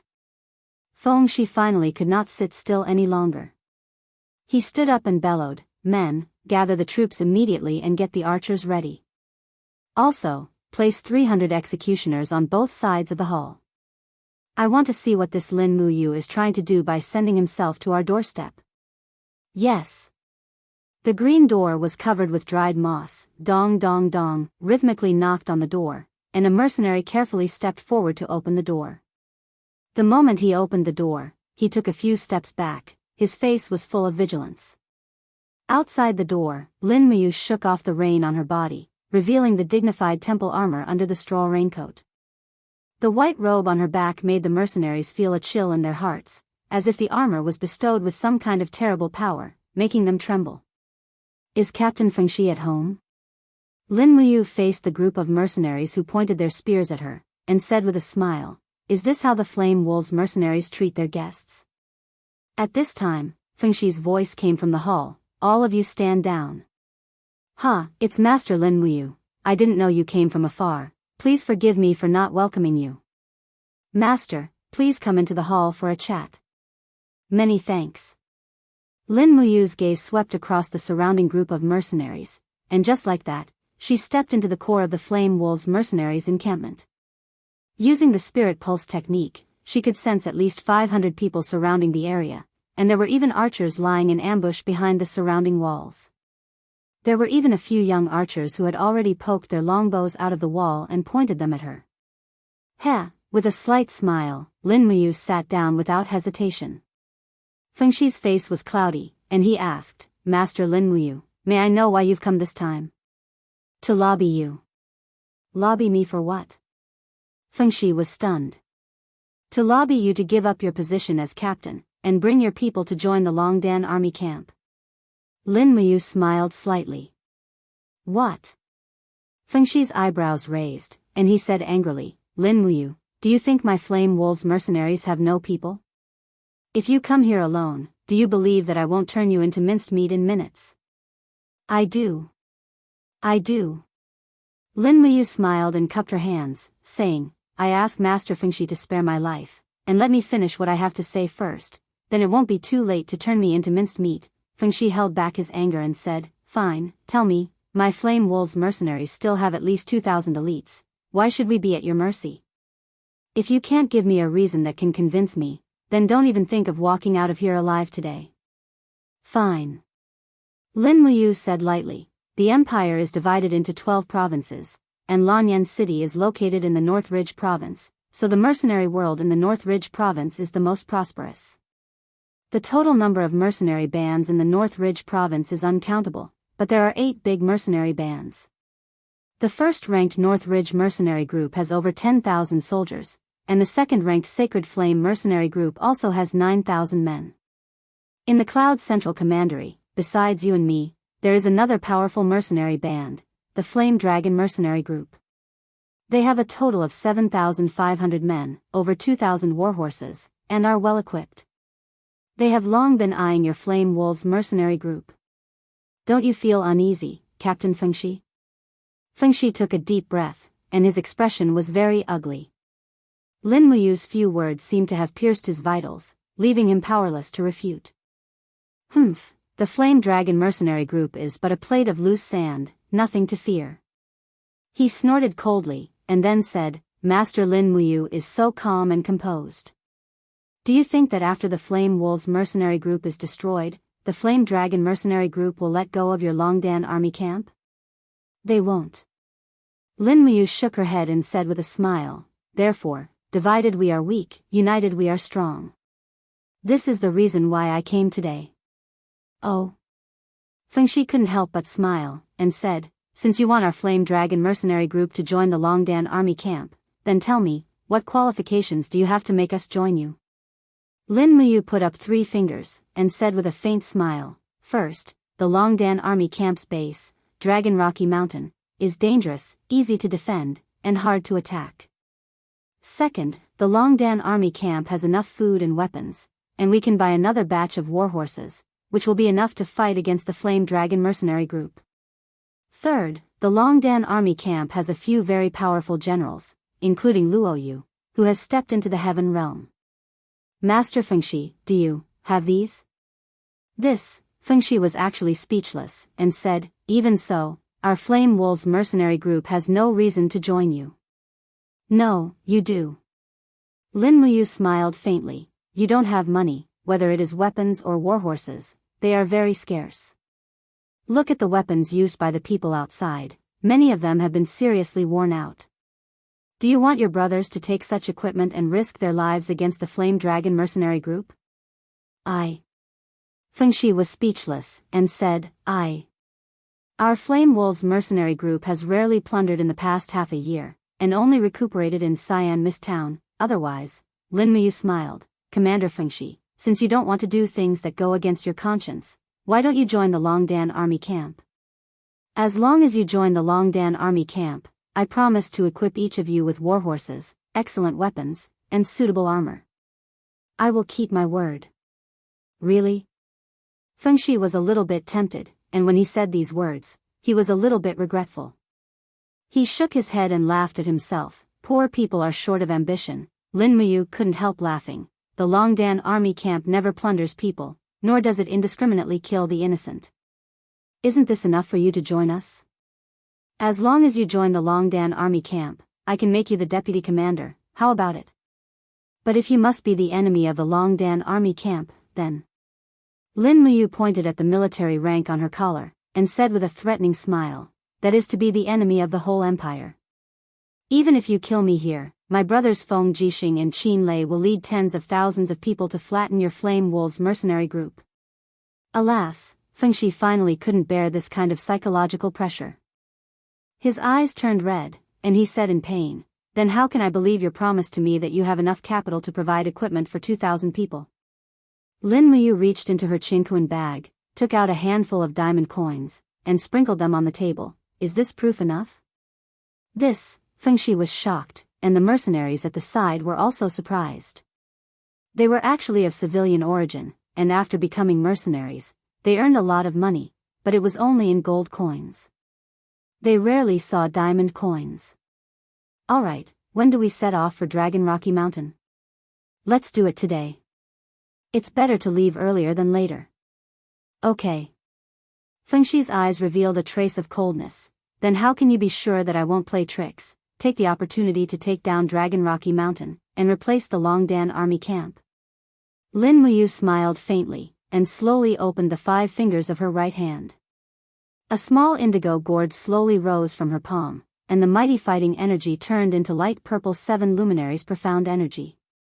For a moment, a strong wind raged, blowing the surrounding people back. His eyes were indifferent, and he said with a smile, because I can easily kill you, so why should I worry? Chapter 179. While the drizzle was still falling, a large group of Fire Wolf mercenaries had already carried their weapons and led their horses out of Sian Mist Town. This also meant that Lin Muyu's persuasion operation this time had been a success. Simply by explaining the pros and cons of the situation, Lin Muyu had taken down the remaining 2,000 people of Wind Creek Town without shedding any blood. Lin Muyu put on her straw raincoat again and rode a horse side by side with Fengshi. Behind them, the mercenaries were either walking or pulling carts. The carts stored the mercenary group's assets. The Flame Wolf mercenary group was really poor. They even brought tables and chairs with them. Lin Muyu didn't say much. It was a good thing to run a household.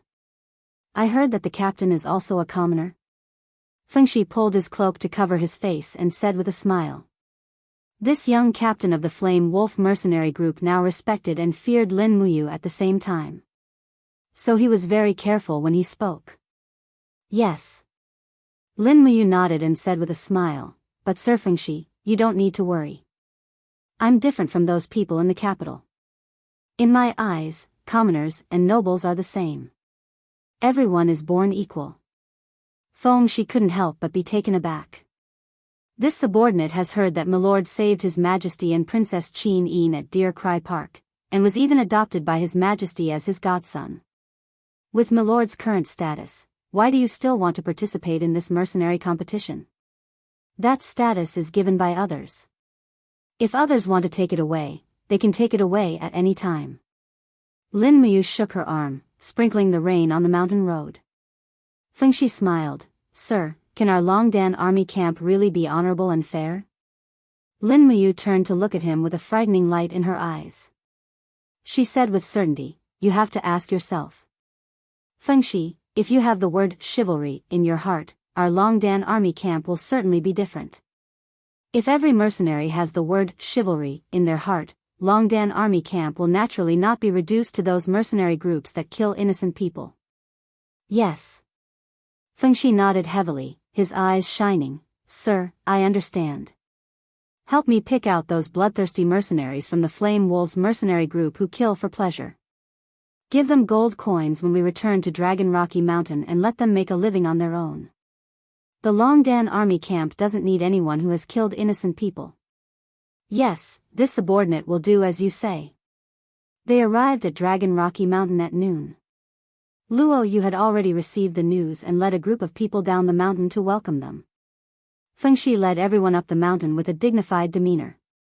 His gaze landed on Luo Jian and he couldn't help but sneer. Vice Commander Luo Jian seems to be enjoying himself. Have you already put on the Longdan army camp's badge? Luo Jian's face turned pale. Leader, I was also forced to do this, really? Fengshi's gaze was cold.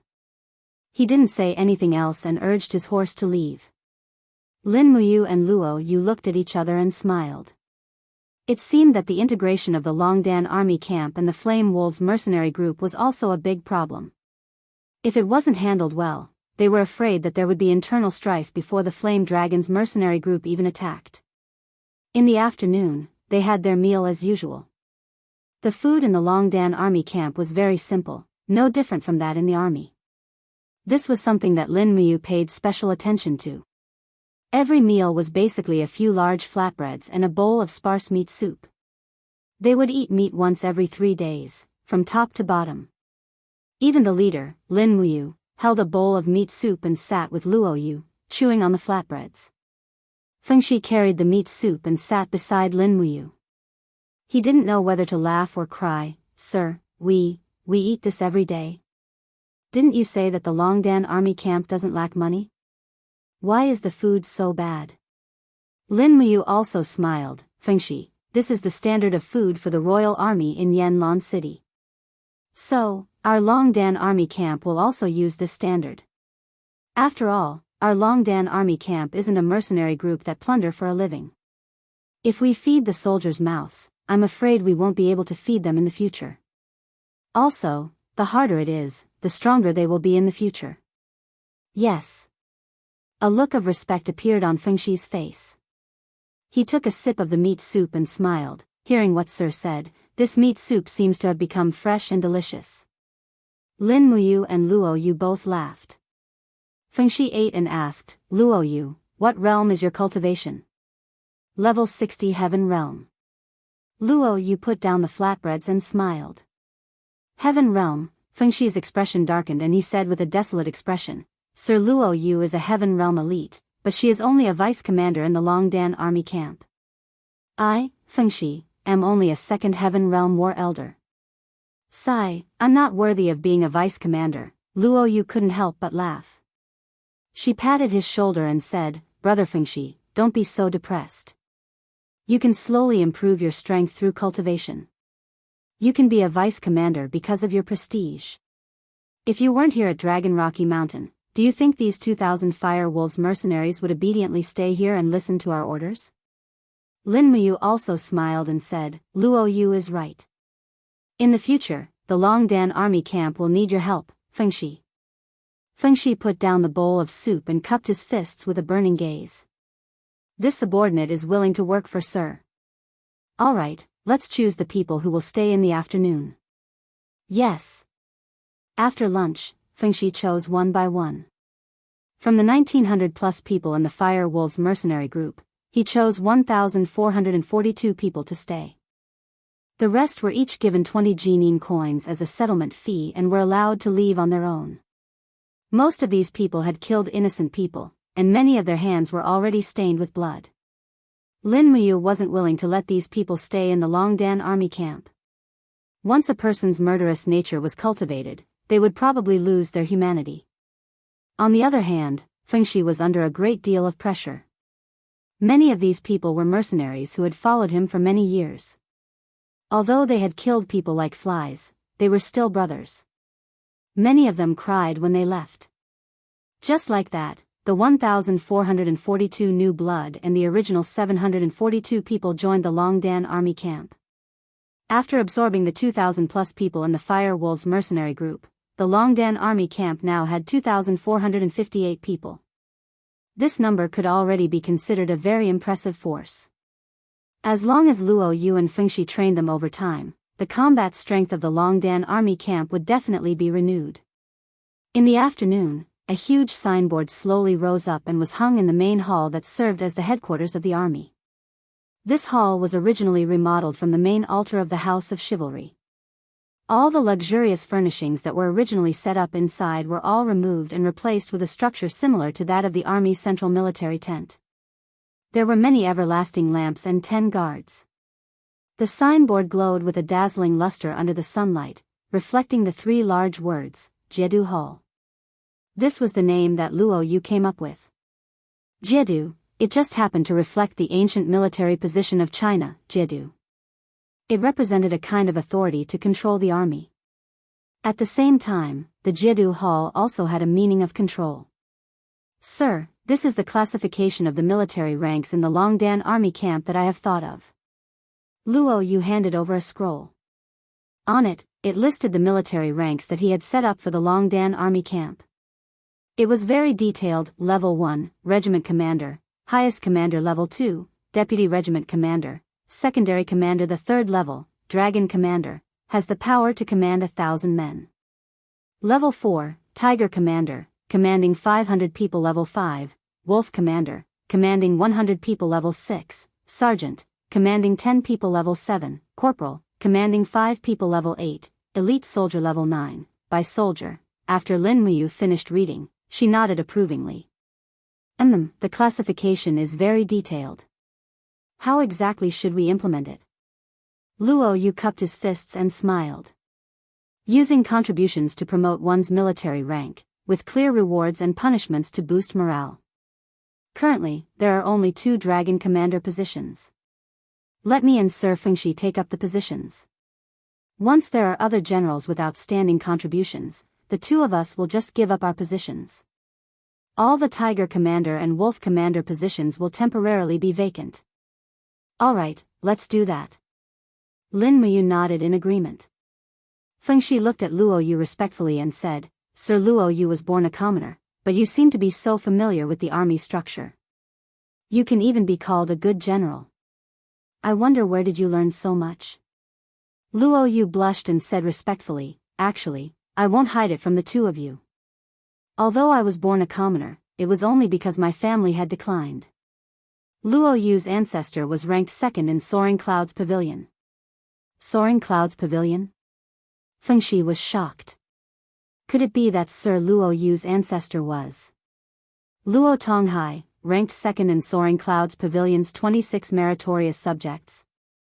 Luo Yu nodded lightly and said, It's a pity that none of us descendants can become great people. We have brought shame to our ancestors' name. Speaking of which, it's really embarrassing. Lin Muyu smiled slightly. It's all right. There are many opportunities to make contributions in this life.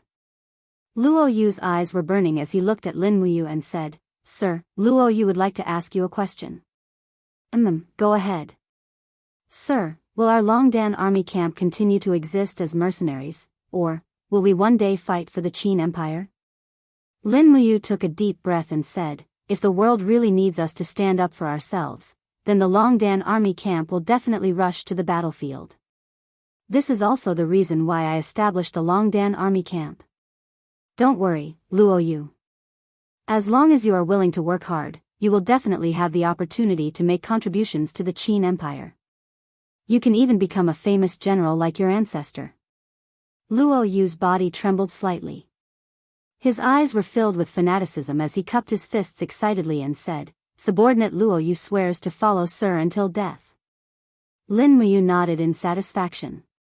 At this moment, he finally understood the rules of this world and gradually learned how to manage people. What Luo Yu needed was a chance to make contributions. He wanted to become a famous general, while Fengxi needed a strong backing and someone to point him in the right direction. Now that Lin Muyu had provided them with what they needed the most, the two of them would naturally repay him with their lives. The discussion continued until late at night, when Luo Yu reminded him, My lord, we're about to purchase 2,000 horses from the western regions. This subordinate has already arranged for the horses to be delivered to Dragon Rocky Mountain in about 7 days. Each horse costs 80 Jin coins, so that's a total of 160,000 Jin coins. Including the saddles, horseshoes, fodder, etc., I'm afraid that we won't be able to afford them without 200,000 Jin coins. Understood. Lin Muyu opened his cosmos sack and took out another 300 diamond coins. He handed them all to Luo Yu.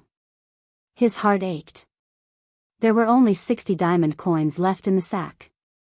He felt extremely poor. Raising a powerful mobile army was indeed not something an ordinary person could afford. However, Lin Muyu thought of the 100 bottles of Dream of Extreme Peaks that were auctioned in the Imperial Chamber of Commerce. They had not received the money yet, so it should be enough. Chapter 180. The next day, the warm sunlight shone on Lanyan City, making the white bricks of the city look even whiter. Lin Muyu led the horse and entered the imperial merchant firm with a weary face.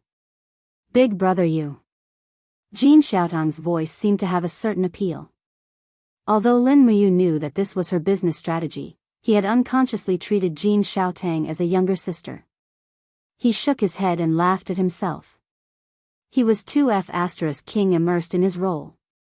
Here, the average transaction price of 100 bottles of Dream of the Zenith last time was 7,700 Jin coins, so we got a total of 770,000 Jin coins. After deducting the 10% handling fee, we need to pay you a total of 700,000 Jin coins. Big brother Yu, do the math. There are a total of 700 diamond coins here, all prepared for you. Looking at the large pile of diamond coins glistening under the light, Lin Muyu secretly praised. The imperial merchant firm was indeed not short of money.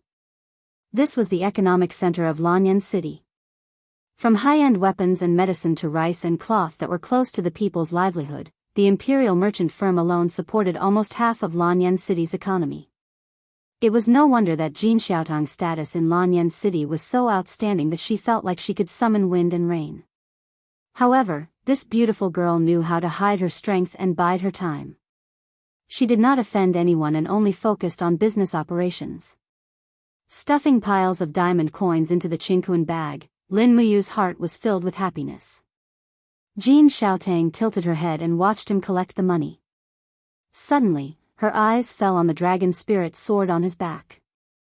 She couldn't help but be stunned. She opened her small mouth and said, Big brother Yu, you recast a weapon? Yes. What's the name of this sword? The dragon spirit sword. It was forged from that stubborn stone of yours and fused with the 10,000-year dragon snake soul. It looks so powerful. Jin Xiaotang was in high spirits and said with a smile, that. Big brother Yu, can you let Xiaotang see the sharpness of this dragon spirit sword? I can feel that. This sword must be very sharp, right? Well, how do you want to see it? Lin Muyu asked with a smile. Jin Xiaotang thought for a moment, then smiled and said, Our Imperial Chamber of Commerce's shield shop has recently received a batch of shields with excellent defense. How about this? I'll have someone send over a shield, and you can try it out? All right. Jin Xiaotang immediately opened the door and said to the people outside, Uncle Wang, have the owner of the shield shop deliver the fire armor shield that he is most proud of. Yesterday I heard him brag that this shield is the hardest thing in the world. No weapon can harm it, and even the Emperor's Desolation sword can't cut it. All right, first young miss, please wait a moment. Not long after, a burly man walked in with a giant shield that had flames lingering around it. This burly man was the owner of the shield shop. He only wore a thin shirt in the middle of winter, and his chest hair was exposed. He looked very domineering, and could be said to be the overlord of the shop owners. He casually walked into the back hall, and placed the shield on the ground with a dang sound. He smiled and said, Miss Tang, what's wrong? What kind of weapon did you find to break my fire armor shield? Don't say I didn't warn you. If you can't cut it, I won't be responsible if your weapon breaks. Jin Xiaotang smiled slightly and said, Uncle Zhou, what's the point of just testing the shield? Why don't we make a bet? Bet? All right, Miss Xiaotang, what do you want to bet? Jin Xiaotang blinked and said, How about this, if I can cut the fire armor shield, I'll increase my share of the profits from the sale of your shields from 10% to 20%.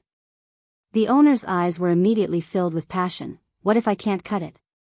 Jin Xiaotang covered her mouth and laughed. If you can't cut it, I won't take a single copper coin from your shop's rent in the future. How about it? The owner was very happy and said with the shield in his hand, All right, it's a deal. At the side, Lin Muyu said, Can I add a bargaining chip? What bargaining chip? If I can cut this fire armor shield, shopkeeper Zhou will give me 200 superior grade shields. How about it? Shopkeeper Zhou raised his thick eyebrows. As you say. I have confidence in my shields. All right, please hold the shield well. Be careful, don't hurt yourself. Don't worry, come on. Shopkeeper Zhou shouted in a low voice. His sea of energy sank, and he stood there with the shield in his hand. He actually gave off the feeling of an immovable mountain. Lin Muyu couldn't help but sigh. The imperial capital was indeed full of hidden dragons and crouching tigers. This small shop owner actually had the cultivation of the second level of the earth realm. Clang! The dragon spirit sword was unsheathed, and the blade shone brightly. Lin Muyu held the sword with one hand, and battle energy surged into it. In an instant, the dragon spirit sword shone brightly, and there was actually a dragon snake circling around the sword. Saint Beast Soul. Jin Xiaotang's mouth fell open, and she said, It really is a saint-grade soul. Hee, Uncle Zhou, you have to be careful. Lin Muyu leaped forward, and her body spun in the air. She swung the sword with one hand, and the dragon spirit sword drew a beautiful arc in the air. With overwhelming battle energy, it directly landed on the fire armor shield. Kacha! The sound was very clear. The sword swept past, and in the next moment, Lin Muyu had already sheathed the sword. Clang! It was as if the dragon spirit sword had never been unsheathed. In the time it took for a spark to fly off a flint, shopkeeper Zhou stood there in a daze. He was almost scared out of his wits by Lin Muyu's sudden increase in power. That was a heavenly realm expert. Looking down, the fire armor shield that he was so proud of had already been broken in half. Lin Muyu's control of her strength was perfect. The battle energy only split the shield, but it did not extend out to cut shopkeeper Zhou's arm. Otherwise, with the sharpness of the dragon spirit sword, perhaps shopkeeper Zhou's body would have been cut in half. No, with the angle that Lin Muyu had slashed at, shopkeeper Zhou would have been cut into 5 pieces. How is this possible? Looking at the scattered fire armor shield on the ground, shopkeeper Zhou's face was full of disbelief. This is a shield forged from the black turtle fire armor for 10,000 years. How could it be cut in half? Jin Xiaotang patted his shoulder, and said with a smile, Uncle Zhou, if you agree to a bet, you must accept your loss. Shopkeeper Zhou nodded, of course, but sir, can you let me take a look at your sword? Lin Muyu crossed her arms in front of her chest, and smiled as she shook her head, no, it's just a slightly sharp blade. He understood the principle of not showing off one's wealth. In fact, the reason why he was willing to make the bet was to help Jin Xiaotang. Otherwise, he would not have been willing to let the dragon spirit sword out of its sheath so easily. After all, the more people knew about this sword, the more disadvantageous it would be for him. Fine, fine, shopkeeper Zhou said dejectedly, sir, please come with me. I will fulfill my promise and give you 200 excellent quality shields. What do you want these shields for? Just send them directly to the Eagle Nest camp. Okay. Shopkeeper Zhou's eyes lit up, and he said, Sir, could you be the new commander of the Eagle Nest camp, Lin Muyu? The Lin Muyu who saved Her Highness? Yes. Ha, I see. Then I did not give these 200 shields to the wrong person. Ha, thank you very much. You're welcome. It is the store's honor to be able to send these shields to the royal guards. At night, the 200 shields were sent to the Eagle Nest camp directly into the military warehouse, and then distributed to those who needed them. As for Lin Muyu, the idle commander, he finally returned to the Eagle Nest camp. Fortunately, he had Wei Chou and Xiahou Sang, these two capable men, to help him take care of the Eagle Nest camp.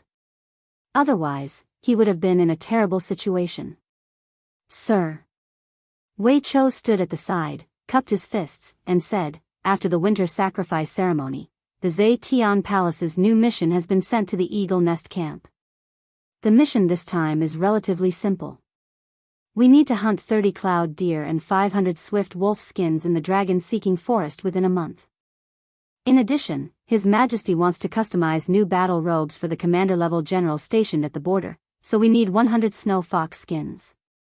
Yesterday, I led 30 people to the edge of the dragon-seeking forest and have already hunted 40 snow foxes. Lin Muyu couldn't help but smile. So efficient? Xiahou Sang joked, Sir Wei Chou's archery skills are becoming more and more exquisite. Now, it can be said that he can shoot a willow leaf 100 steps away, and with the demon-devouring bow that the commander rewarded him with, killing those snow foxes is like killing a chicken with a butcher's knife. Wei Chou smiled awkwardly. Sir Xiahou Sang, you flatter me. This is the result of the Eagle Nest Camp's soldiers working together. As he spoke, Wei Chou suddenly thought of something and said, Sir, the triennial sword duel tournament will be held in 5 days. There are less than 3 days until the registration period. Has Sir signed up? I heard that Feng Jixing, Qin Lei, and the others have all signed up. Oh, the sword duel tournament is finally starting? Lin Muyu grinned and said with a smile, all right, where can I sign up? The sword duel tournament is directly organized by the Zetian Temple, so you can directly sign up with the Zetian Temple's official. It is said that the registration fee is very expensive, 100 Jinin coins. Ordinary people can't afford it, and after signing up, you must be selected by the Ministry of War before you can participate. I'm afraid that it will be very difficult for commoners to have the opportunity to participate. Is that so? Lin Muyu frowned and said, what are the benefits of winning the sword duel tournament? You can obtain the Gilded Dragon Talisman bestowed by His Majesty. This Gilded Dragon Talisman is a symbol of military power that is higher than the Tiger Talisman. Those who possess the Gilded Dragon Talisman can directly mobilize an army of less than 10,000 soldiers in any province within the imperial capital, but after the operation, they must report back to the Zetian Temple. I believe that the Gilded Dragon Talisman is more of a symbol. Lin Muyu frowned and said, then there must be a lot of people participating in the sword duel tournament. The noble young masters of Lanyan City and those with extraordinary cultivation will all participate, and there are even quite a number of people who have traveled thousands of miles from the other 11 provinces. For many of the declining noble families, seizing the Gilded Dragon Talisman will be an opportunity for their families to rise again. Will Xiangyu participate?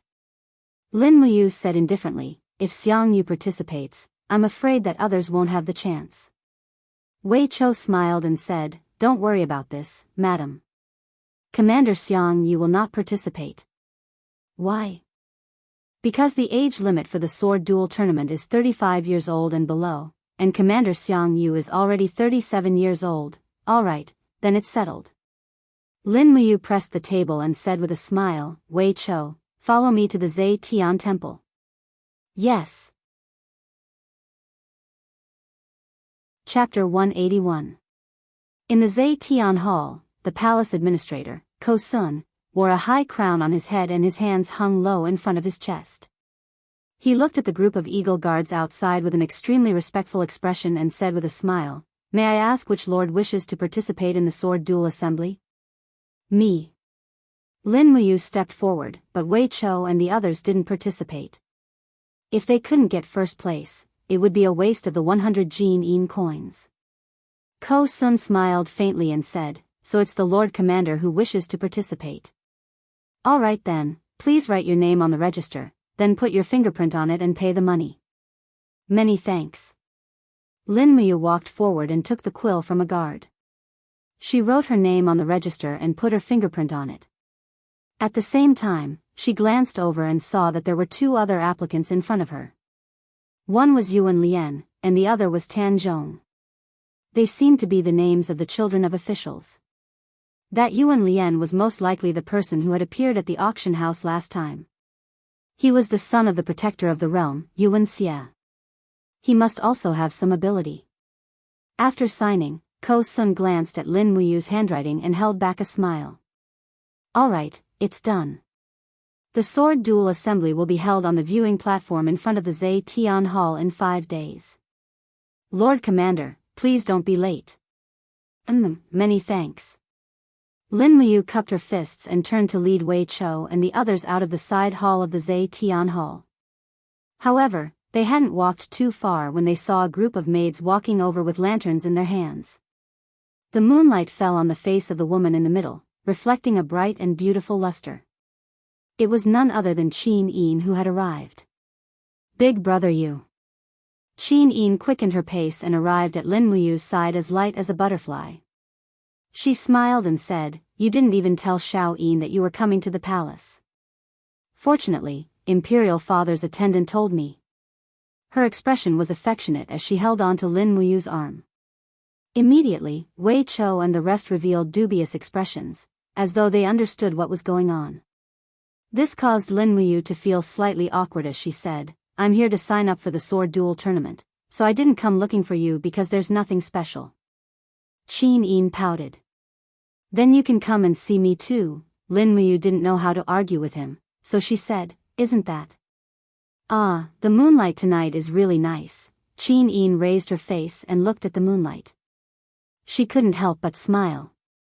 "The moonlight is beautiful, but brother you should come with me. Father wants to see you." "Oh, His Majesty wants to see me? Alright, let's go." "Alright." The group headed straight for the main hall of Zhe Tian Palace.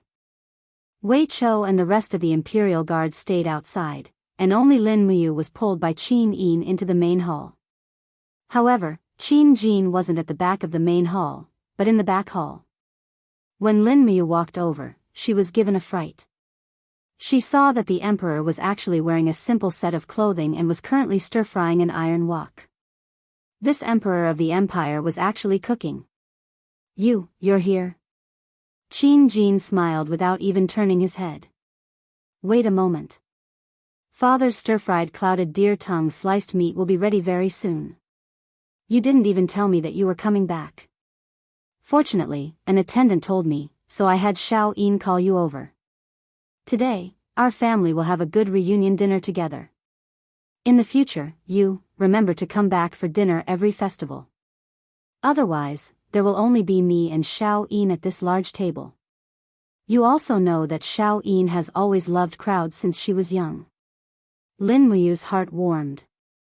She cupped her fists and said, I understand, father. Sit down and wait for a moment." "Oh right, Xiao Yin, go warm up the wine. The weather is getting cold, and drinking ice-cold wine will hurt your stomach." "Yes, father." The way the empire warmed wine was very simple. Qin Yin placed the wine pot in a golden cauldron and poured some hot water into the cauldron. Just like that, she warmed the wine. Lin Muyu didn't sit down. She turned around and walked out of the main hall. She said to Wei Chou and the rest, "I'm going to eat at Zai Tian Palace today.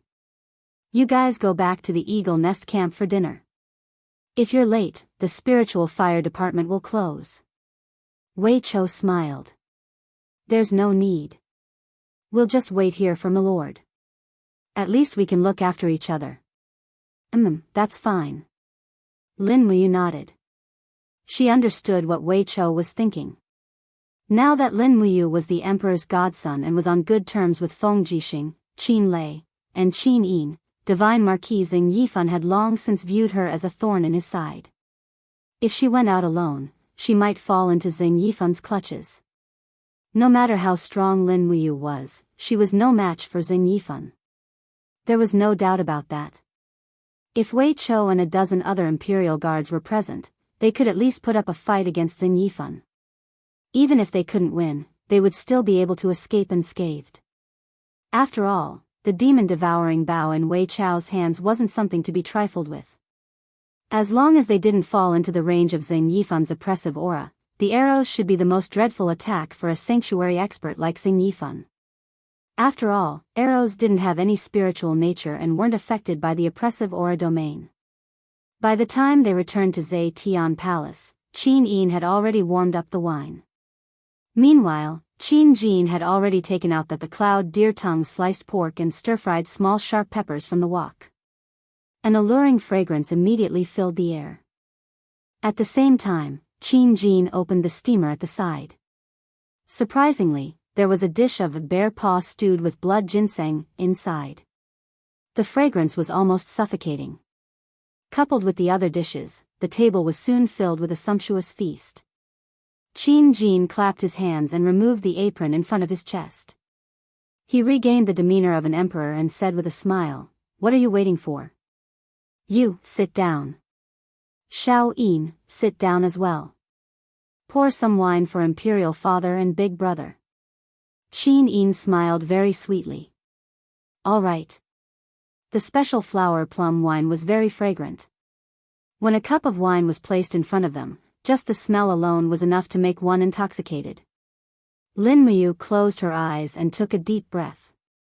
She savored the fragrance of the flower plum wine and sighed inwardly. The longer she stayed in this world, the more likely she would become a drunkard. This was not good. Qin Jin looked at Lin Muyu's expression and could not help but smile. "You, come, have a drink with Imperial Father." All right." Lin Muyu raised her cup and said with a smile, "Here's to Imperial Father's good health and all the best in your life." Qin Jin was taken aback by such a congratulatory speech. However, he soon felt relieved and said with a smile, "Yu's words are really interesting. Come, let's drink to the brim. This is the first time our family has tasted Imperial Father's cooking together. Let's not stand on ceremony." As soon as the wine entered her stomach, a warm current immediately rose in her abdomen. Although the flower plum wine was very fragrant, the alcohol content was not low. If she drank too much, she would probably become very drunk. Just as Lin Muyu was considering how much wine she should drink, Qin Jin pushed the pot containing the blood ginseng stewed with bear paw forward and said, "You, try this dish. Imperial Father has stewed this bear paw for a whole day, so it should taste very good. The blood ginseng is good for clearing blood clots and is said to be able to heal bruises caused during cultivation. You and Xiao Yin should eat more." Many thanks, Imperial Father. No need to be so polite. Xiao Yin, have a drink with your big brother you. All right. Qin Yin picked up some food for Lin Muyu. After watching him eat 2 mouthfuls, she raised her cup and said with a smile, "Big brother you, Xiao Yin offers a toast to you. I hope that your cultivation will improve and you will step into the divine domain as soon as possible." No, I should say that you will step into the divine domain as soon as possible. Lin Muyu could not help but laugh. It's already difficult to step into the 3rd heavenly realm, let alone the divine domain or the divine domain. However, many thanks for Xiao Yin's auspicious words. He tilted his head back and drank the cup of wine. He could not help but complain. The wine cups in Zhe Tian Palace were really not small. They were like large bowls. Just 2 cups of wine had already made him feel a little dizzy. He ate more food. Qin Jin's culinary skills were indeed top-notch. Even the chefs in places like Tingyu Restaurant were not necessarily better than him. It had to be said that Lin Muyu had a rather satisfying meal. Gradually, he did not feel very reserved anymore. After all, Qin Jin and Qin Yin seemed to really treat him as part of their family. After an unknown period of time, his head felt a little heavy. When he was about 60 to 70% drunk, his stomach was also full. Lin Muyu tried his best to maintain a respectful and humble attitude. He did not want to show his original arrogance in front of Qin Jin. After all, Qin Jin was a supreme existence in this world. It was already rare for him to treat him like this. If he were to overstep his boundaries, it would be unreasonable. If someone respected him, he would respect them tenfold. This was the way Lin Muyu did things. You're also participating in the sword contest meet? Qin Jin asked with a smile. That's right. Lin Muyu took advantage of the fact that he was tipsy. He placed one hand on the table and said with a smile, when I first met Xiao Yin, she advised me to participate in the sword contest meet. Now that I'm a royal guard, there's nothing wrong with me participating in the sword contest meet. Besides, the top few in the sword contest meet should all be rewarded, right? Qin Jin laughed. That's only natural. The sword contest meet is held once every 3 years. It's the main channel through which the empire selects its generals. Those who get into the top 8 of the sword contest meet will at least be promoted to the rank of a Chiliarch or above. The top 3 will have limitless prospects, and the person who gets first place will receive the Gilded Dragon Talisman. As he spoke, Qin Jin stood up and took out an exquisite treasure chest from the gilded cabinet behind him. He opened the chest and immediately found a golden dragon-shaped talisman. He smiled and said, "This is the Gilded Dragon Talisman. With this talisman, one can command any army in the empire that has less than 10,000 people.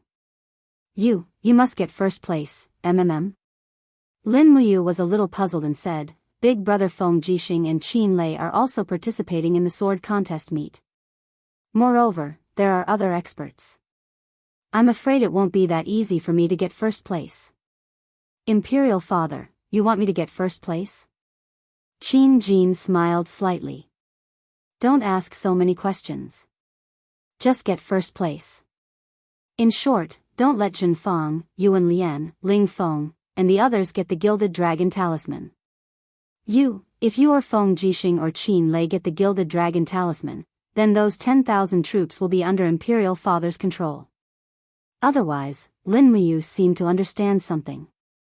She narrowed her eyes and said, if there's someone who can wield this Gilded Dragon Talisman, then Imperial Father can have an army of 10,000 soldiers, right? Smart. Qin Jin smiled cheerfully. It's late. Go back and rest early. Thank you, Imperial Father. There's still a lot of food here. Shall I bring some back for you? Thinking about how Wei Chou and the others were still hungry outside, Lin Muyu nodded. Thank you, Imperial Father. Chapter 182. When Lin Muyu walked out with a basket filled with food, Wei Chou and the others revealed gratified expressions. They all understood the saying that accompanying a ruler was akin to accompanying a tiger. Disregarding the reward, it was already a blessing for Lin Muyu to be able to come out alive. However, Lin Muyu's complexion looked good, which made them feel relieved. It smells so good. What are you carrying, my lord? Wei Chou asked with a smile. Lin Muyu waved the basket and said with a smile, His Majesty personally cooked some food. I brought some out. Ah, really? Xiahou Sang's eyes widened. Commander, is this really food personally cooked by His Majesty? Yes, how can it be fake? My lord, can we have a taste? Lin Muyu smiled. I'm already full. I brought it out to reward you. Alright, it's not appropriate to say such things in Zetian Palace. Get on your horses and follow me out of the imperial city. Yes. Not long after, a group of people slowly rode on their horses along Tongtian Street. Lin Muyu distributed the food in the basket to the eagle guards. For a moment, Wei Chou, Xiahou sang, and the others ate the bear paw and pheasant meat. All of them were on the verge of tears as they thanked the heavens for their kindness. To Wei Chou, Xiahou sang, and the others, Qin Jin was the ruler of all living beings. To be able to eat the food cooked by Qin Jin was an honor in itself. Many people served in the imperial army but never got to see Qin Jin, the radiant king, once in their entire lives. Those who could eat the food personally cooked by the radiant king should be able to smile in the underworld, right? It's delicious. Wei Chou's eyes were a little red as he said, His Majesty can truly be said to be unparalleled. His culinary skills are simply amazing. No wonder it's widely spread among the people and they all praise him as a brilliant ruler. Is that so? Lin Muyu took advantage of her drunkenness and said with a smile, yes. His Majesty is indeed a wise ruler. In reality, this was not what he thought in his heart. Although Qin Jin was a gentle person, this was also his greatest flaw. As an emperor, it was important to be gentle, but he did not have enough authority. This was why he could not do anything when Jin Yifan, Luo Xing, and the others were so overbearing. Qin Jin had only grasped half of the skills of an emperor. Is it really delicious? Lin Muyu asked with a smile. It's delicious. Wei Chou and Xiahou Sang said in unison. Then, they quickly wiped the tears from the corners of their eyes. Lin Muyu could not understand why these people were crying. However, when she recalled what Qin Jin had said to her at the end, she could not help but feel a chill in her heart. Did Qin Jin really see her as his adopted son? That might not be the case. He knew that with his abilities, the chances of him obtaining first place in the sword duel tournament were extremely high. Perhaps the reason why he was so nice to him was to make use of him. Making use of him? He sighed. His heart was filled with helplessness. My lord, what are you talking about? Wei Chou asked, puzzled. It's nothing. Lin Muyu tightened his collar and said, let's go quickly. It's very cold at night in Lanyan City. Yes. On Eagle's Nest Mountain, the cold wind howled like the wails of ghosts and gods. Lin Muyu sat in his room and slowly released the spirit pulse technique. In an instant, his spirit became clear, and the drunkenness disappeared. His spirit was refreshed. As his cultivation progressed, it seemed like the strength of his spirit was also increasing. Perhaps he could control the power of the fourth star. He could not help but feel excited when he thought of this. Whoosh! He stood up and put on his cloak. Lin Muyu raised his right palm and quickly increased his battle energy. The power of the fourth star swirled in the depths of his energy reserve. Suddenly, the scene became extremely demonic. Waves of demonic power appeared around him, gradually distorting the power of space. Everything around him became faint. This was also the unique feature of the fourth star's attack. It could distort space and cause damage to all targets within a certain range. For luminaries, demon and gods cry. The power suddenly exploded. However, just as the destructive power was about to completely explode, Lin Muyu suddenly retracted his power. Instantly, the distortion of space disappeared. Waves of battle energy scattered in all directions, turning into spiritual power that seeped into the ground. The power of human cultivation came from the earth and the stars. After the power exploded, it naturally returned to the earth and the stars. At this moment, the people in the Eagle's Nest camp with slightly higher cultivation were all startled. Wei Chou, Xiahou Sang, and the others all climbed out of their barracks. They were all stunned. What happened? Such a strong wave of power just now. Even though these people did not know the spirit pulse technique, which was a secret art to cultivate the spirit, they were still disturbed by the wave of the fourth star's power. At this moment, a voice came from outside as someone rode up the mountain. I am reporting to the commander about the latest mission from the Zetian Palace. My lord, please wait for a moment. I will report to the commander now. Thank you very much. Lin Muyu had already put on her armor and left the room. She said, "What is it?" The messenger was a dragon guard and recognized Lin Muyu. He immediately saluted and said respectfully, "Commander Lin Muyu, this is the latest hunting mission from the Zetian Palace. It is all recorded on this scroll." "Yes, I have brought it." "Thank you." "You are welcome." At this moment, Wei Chou, Xiahou Sang, and the others also gathered around. Wei Chou asked, "My lord, what new mission is this?" Lin Muyu unfurled the scroll. There were lines of words clearly written on it. One light-type spirit stone of over 6,000 years old, 20 leopard skin, one set of long hair ivory of over 3,000 years old. Lin Muyu took a deep breath and said, "We need light-type spirit stones of over 6,000 years old. This is a bit difficult." "My lord, may I ask if these missions were issued by His Majesty?" The dragon guard shook his head. "No, His Majesty is already asleep. These missions were issued by Master Che Cheong of the Zetian Palace." If it was His Majesty, he would not have issued such a difficult mission to the Eagle's Nest camp in the days leading up to the sword duel tournament. A light-type spirit stone of 6,000 years old, humph. The dragon-seeking forest is already sealed by snow. Where can we find it? As he said this, he raised his eyebrows and said, "Commander, how about? I ask Master Qin Lei to speak to His Majesty and dismiss this mission." "No need." Lin Muyu waved her hand and said, "There are still 5 days until the sword duel tournament. Perhaps there is enough time. Since it is a mission issued by the Zetian Palace's supervisor, the Eagle's Nest camp will do their best to complete it. However, I would like to ask, I have already handed over the 6,200 years old light-type spirit stone for Her Highness Yin's cultivation last time. Why do I need it again this time? Logically speaking, with Xiao Yin's current cultivation, she does not need spirit stones at all.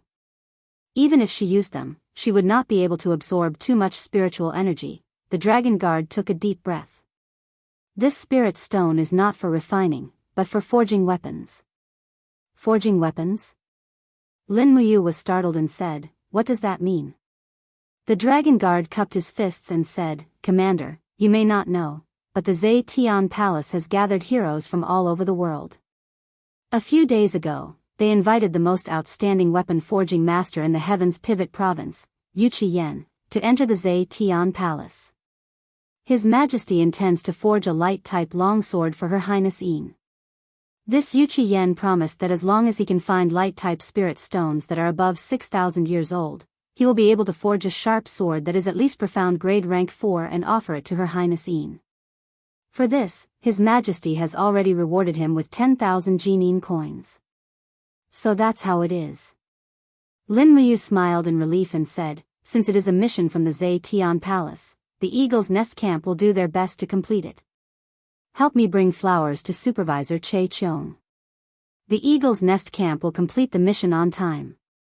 There is no time limit, and the commander does not need to go. Or, it won't be too late to go after the sword duel tournament. And, I have my own plans." "Many thanks." "You're welcome." "Then this subordinate will take his leave." "Alright, forgive me for not sending you off."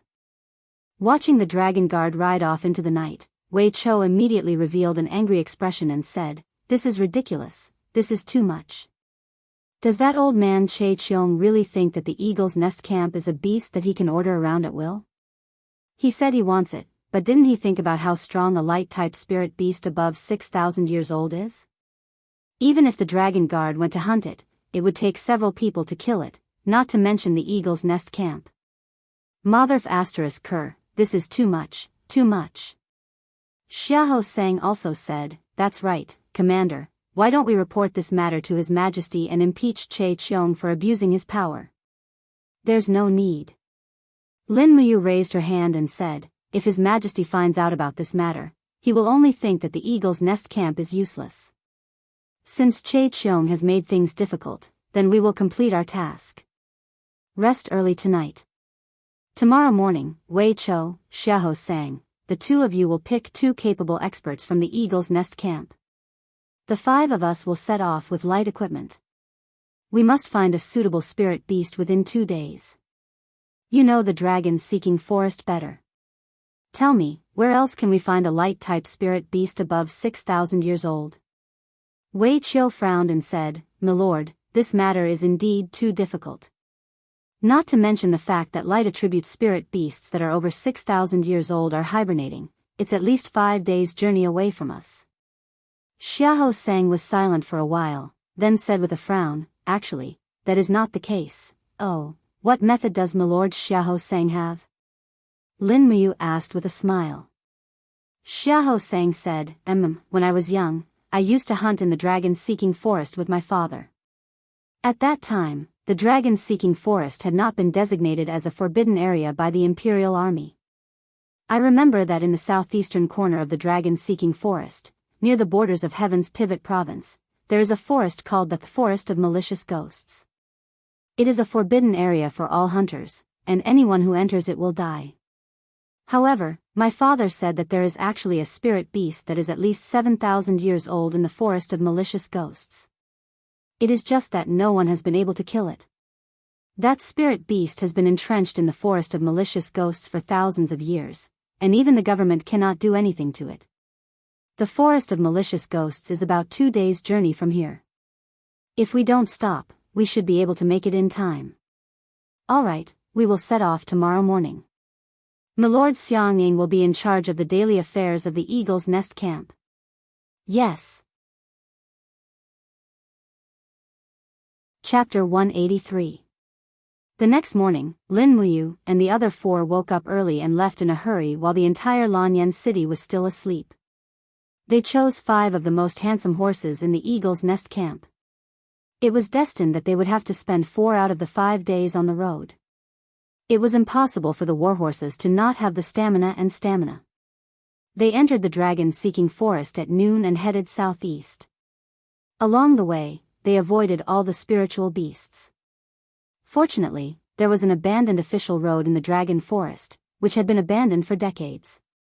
It was originally a shortcut from the imperial capital to Jianghu province, but after the dragon forest was blocked by the imperial capital's troops, it was abandoned.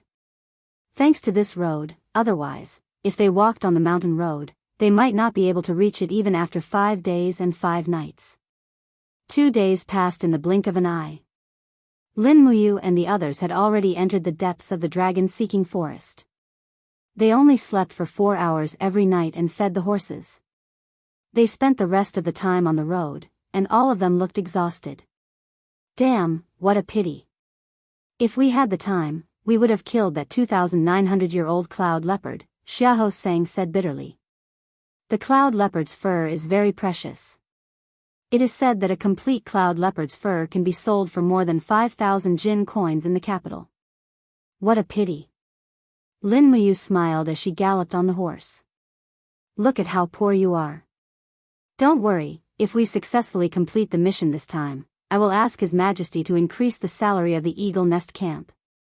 At the very least, the soldiers who go on a mission should be rewarded. Otherwise, their enthusiasm will be too low. Xianxia smiled gladly. The commander is wise. You should have done this a long time ago. When Lord Mengfang was the commander, he only thought about his own promotion and was cautious in his actions. He never thought about fighting for a raise in salary for his brothers. Wuxia could not help but laugh. Lord Xianxia, we are the Imperial Guards. We can't always think about jin coins. When Lord Mengfang was the commander, he only thought about getting promoted and was cautious. He never thought about fighting for a raise for his brothers. Wuxia is right. The jinin coin has a magical power. It will make people sink deeper and deeper until they reach a point where they are unable to extricate themselves. Then, everything will be over, a certain someone said as he wondered if he had already reached the point where he could no longer extricate himself. Wuxia respectfully replied, what the commander said is extremely true. Wealth is merely a worldly possession. It is still the commander who sees things clearly. This subordinate is filled with admiration. Lin Muyu smiled proudly, but Wei Chou and Xiahou Sang didn't know that his cosmos sack was filled with 760,000 Jin coins, which was equivalent to diamond coins. After running for a while longer, the road ahead started to blur. It was covered by wild grass, and it was almost impossible to see clearly. Lin Muyu unfurled the scroll and frowned. Are we already very close to the forest of malicious spirits? Xiahou Sang, you know better. Come take a look. Xiahou Sang took the map and glanced at it. He grinned and said, Sir, we're lost. Lin Muyu was speechless. A million curses ran through her mind, but she maintained a smile on her face. Then, please lead the way, Sir Xiahou. If we can't find the forest of malicious spirits tonight, I promise I won't beat you to death. Xiahou Sang shuddered. Don't worry, sir. I will definitely find the forest of malicious spirits with my childhood memories. Very soon, they left the main road under Xiahou Sang's lead. The group rode through the thistles and thorns in the dense forest. This place was indeed deserted. No one had come here for at least a decade. The sun was about to set, and it was going to be night soon. If they couldn't find a dry and safe place to set up camp, they would probably be surrounded and attacked by many swift wolves. The swift wolves were the most frequent spiritual beasts in the dragon-seeking forest. They were also the most cohesive spiritual beasts. Furthermore, the deeper into the forest, the stronger the swift wolves. Currently, the spiritual beasts that Lin Muyu and the rest were at were all between 300 to 500 years old. The pack of swift wolves here was enough to fight against a 5,000 years old spiritual beast. They might even be able to kill a 5,000 years old spiritual beast. This was the balance of nature. Wei Chou took out a torch from the back of his horse. He dipped it in black beech oil and lit it up, illuminating the path ahead. Another royal guard opened up the path in front. This was a fierce general who wielded a long blade. He swung his long blade that weighed 50 kilograms in an airtight manner, cutting through the branches and vines. He roared angrily as he opened up the path. Lin Muyu followed closely behind. She slowly extended her spirit pulse technique. Suddenly, she narrowed her eyes and said, "Be careful ahead." "What's wrong, sir?" "There aren't any spirit beasts." Wei Chou said in surprise. "No, there are. They're just hidden underground. Be careful." "Yes." Xiahou Sang also lit a torch and urged his horse forward. Suddenly, a hissing sound came from beneath the ground. The next moment, with a snap, a blood-red vine with thorns broke out of the ground and quickly wrapped around Xiahou Sang and his horse. The thorns quickly pierced into his armor. Fortunately, Xiahou Sang's true qi was in his armor and he was not injured. He suddenly pulled out his saber and chopped the vine into pieces. He angrily shouted, "What the hell is this?"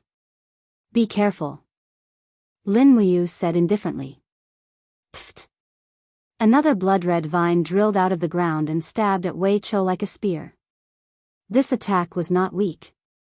Lin Muyu flipped off the horse and galloped forward.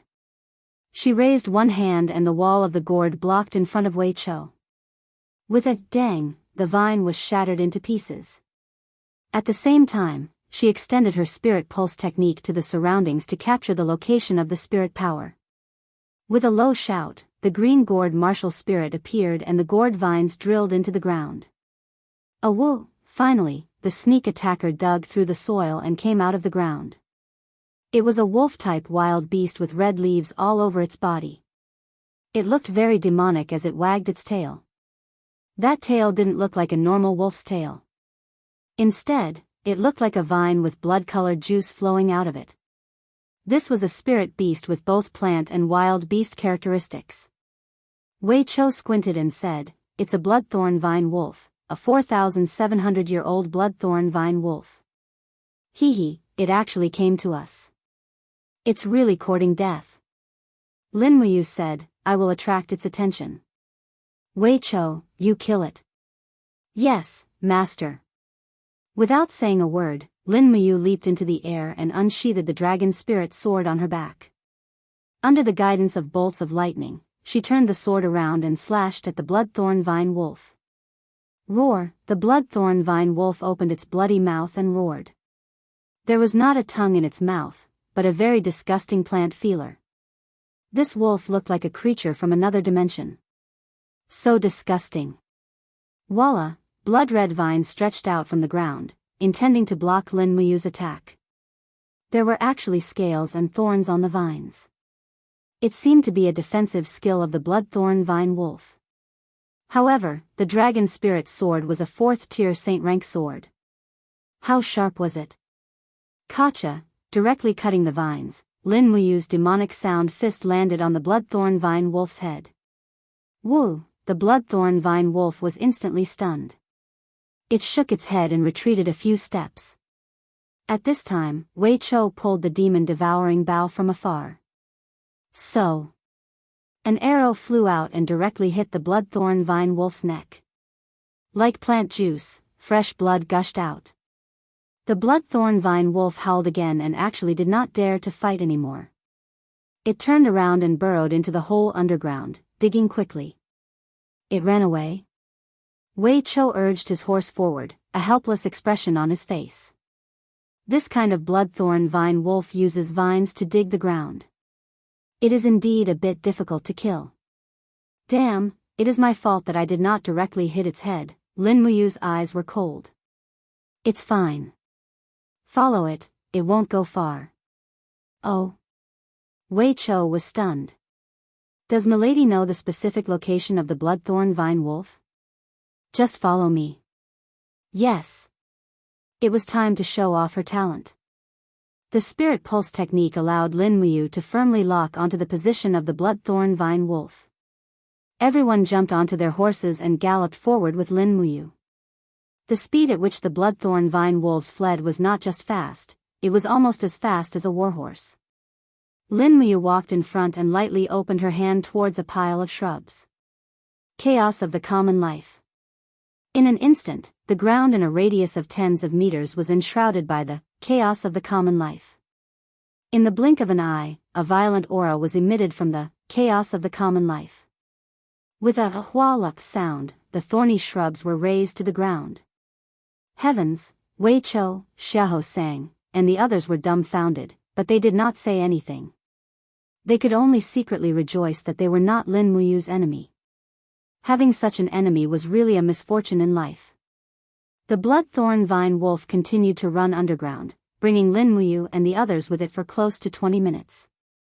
Suddenly, Lin Muyu raised her hand and said, "All right, stop chasing." "What's wrong, milady?" "This bloodthorn vine wolf's spirit stone and beast soul are all treasures." Wei Chou asked doubtfully. Lin Muyu shook her head and said, "No, it's not good to lose your life for treasures. Dismount and don't make any noise. Follow me to take a look. I can feel a power even stronger than the bloodthorn vine wolf. It's not far ahead." "Yes." Everyone solemnly followed Lin Muyu on foot. In front of them was a small hill. Lin Muyu quietly hid at the top of the hill and looked over. Under the moonlight, the bloodthorn vine wolf seemed to be blocked by something. It let out a miserable howl and broke out of the ground. In the next moment, a bolt of lightning exploded in the sky. Immediately after, a fierce beast rushed out from the side of the snow. It jumped into the air and opened its mouth to bite the bloodthorn vine wolf's head. "Ao ao," the bloodthorn vine wolf howled in pain, but it could not struggle. Its head was crushed with a loud crack. Under the moonlight, the appearance of the ambusher appeared in front of Lin Muyu and the others. It was a huge beast covered in scales. At this moment, it was greedily chewing on the bloodthorn vine wolf's head with relish. "It's a thunder umbrella dragon." Wei Chou was dumbfounded. "This is a 6,500-year-old thunder umbrella dragon. It's the only one among the umbrella dragons that has the light attribute, is that so?" Lin Muyu raised her arm and slowly pulled out the dragon spirit sword. She smiled and said, "Wei Chou, do you know what the thunder umbrella dragon's weakness is? It's time for you to show your strength. We'll launch a sneak attack." As long as you shoot an arrow from the demon-devouring bow into the Thunder Umbrella Dragon's body, it will be poisoned. After that, it will naturally be much easier to deal with. Yes, let me try. Chapter 184. Wei Chou reached out and deftly took out the demon-devouring bow from his waist. He slowly drew the bowstring, and spiritual energy instantly condensed into an arrow of light. Wei Chou pointed it at the lightning umbrella dragon's neck with a serious expression. At this time, the lightning umbrella dragon had finished eating the bloodthorn vine wolf's head. It immediately bit down on its neck and dragged it back. It was also at this time that the lightning umbrella dragon revealed a weak spot on its neck. There, a few scales had been torn off by something, revealing a scar. This was the chance Wei Chou had been waiting for. Whoosh! The arrow burst forth in the cold wind. By the time the lightning umbrella dragon heard the sound of the wind, it was already too late. It howled in pain as the arrow hit its neck. Wei Chou's arrow had just hit the umbrella dragon's wound. Lin Muyu cheered inwardly. The cold wind at night was very cold, and the wind changed direction very frequently.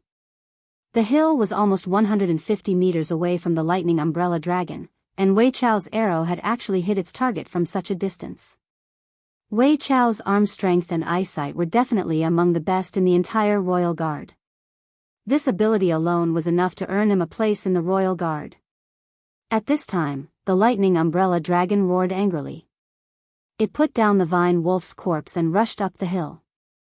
It looked like it couldn't restrain its anger. Unfortunately, its movements were a little sluggish, and the poison from the demon-devouring bow was quickly spreading through its neck. Go! Lin Muyu let out a low roar and rushed down the hill with the dragon spirit sword in hand. Her martial soul shone brightly, and the gourd walls were successfully activated. After the gourd walls blocked the umbrella dragon's attack with a clang, the dragon spirit sword quickly swept across and directly chopped the scales on the umbrella dragon's neck. Crack! A holy grade weapon was different from a mysterious grade weapon. The sword directly cut through the scales on the umbrella dragon's neck, cutting in by almost 5 centimeters. Blood instantly flowed out.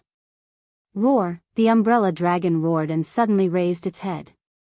Suddenly, bolts of purple lightning condensed in the surroundings, forcing Xiaohou and the others to retreat.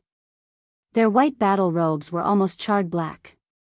Only Lin Muyu alone could withstand the lightning attack. Her battle boots stepped on the ground, and she endured the numbing feeling of the lightning all over her body. The dragon spirit sword slashed at the lightning umbrella dragon's head for the second time. Crack! The pseudo-dragon's scales were shattered. How could it withstand such a fierce attack? Its head was already bleeding. It roared and raised its sharp claws, landing directly on Lin Muyu's waist. The moment the dragon's scale wall shattered, Lin Muyu felt a dull pain in her waist. A large piece of the Holy Palace armor had been torn apart, but her body did not suffer much damage. She did not expect the Thunder Umbrella Dragon to be able to counterattack after suffering such a heavy injury. Stealing her heart, Lin Muyu's wrist was filled with demonic energy as she directly injected the second element's profound energy into the longsword. With a low roar, she pressed the dragon spirit sword against the umbrella dragon's head and pushed it straight in. Crack! The sharp blade penetrated the spirit beast's head. Demonic energy danced wildly. The Thunder Umbrella Dragon could not withstand it anymore. It cried out in pain and fell to the ground, its body twitching. Lightning continued to flash around it. Xiaohou, Wei Chou, and the others did not have the courage to step forward. Phew! Lin Muyu heaved a sigh of relief. Holding the longsword, she smiled and said, "Luckily, Wei Chou's arrow injured the umbrella dragon first. Otherwise, we would not have been able to kill it so easily." Wei Chou looked at the snowy ground that had been scorched by the lightning and said, "My lord, your green gourd's defense is stronger. That's why we were able to defeat it. Otherwise, I'm afraid we would have all been burned to ashes by the lightning." Xiaohou nodded in agreement. Lin Muyu did not listen to the praise. He dug out the Thunder Umbrella Dragon Spirit Stone. A 6,500-year-old light spirit stone was exactly what he needed. My lord, we can return to Lanyan City now. Wei Chou smiled smugly and said, I didn't think it would be so smooth. Humph, Zhe Tian Palace's supervisor Che Cheong made things difficult for us. He probably didn't think that we would be able to complete his almost impossible mission so quickly, right? No. Lin Muyu shook her head and said, we can't leave yet. Why? Wei Chou and Xiahou Sang were both stunned. Because there must be another Thunder Umbrella Dragon. Lin Muyu said with certainty, just now, this Thunder Umbrella Dragon could have eaten this Rattan wolf here, but it dragged this Thunder Umbrella Dragon back. This means that it needed to feed the other Umbrella Dragon. Also, this Umbrella Dragon's neck is injured. It's obvious that an even stronger spirit beast fought it. This means that the other Umbrella Dragon is already heavily injured. Otherwise, it would have come out to look for food. Since this is the case, we need to continue searching here. Since we're already here, let's maximize the benefits. Wei Chou was dumbfounded. It's just as Commander Qin Lei said. The commander is a genius who is skilled in both the pen and the sword. Xiahou Sang and I would never have thought of such a deduction. Xiahou Sang chuckled and used a dagger to take out the spirit stone from the Rattan wolf's skull and the Thunder Umbrella Dragon's stomach. He smiled and said, I only know that spirit stones can be sold for money. That's enough, Lin Muyu nodded and said, let's go and find the Umbrella Dragon's nest. It shouldn't be far. We just need to follow its footprints. Yes. The moon was bright and the stars were sparse. The moonlight fell on the snowy ground, creating a dazzling white. Lin Muyu and the rest followed the Umbrella Dragon's footprints. After about half an hour, they finally found that the footprints extended all the way to a cave under a mountain. They could smell an abnormal stench from afar. There were even some bones piled up outside the cave.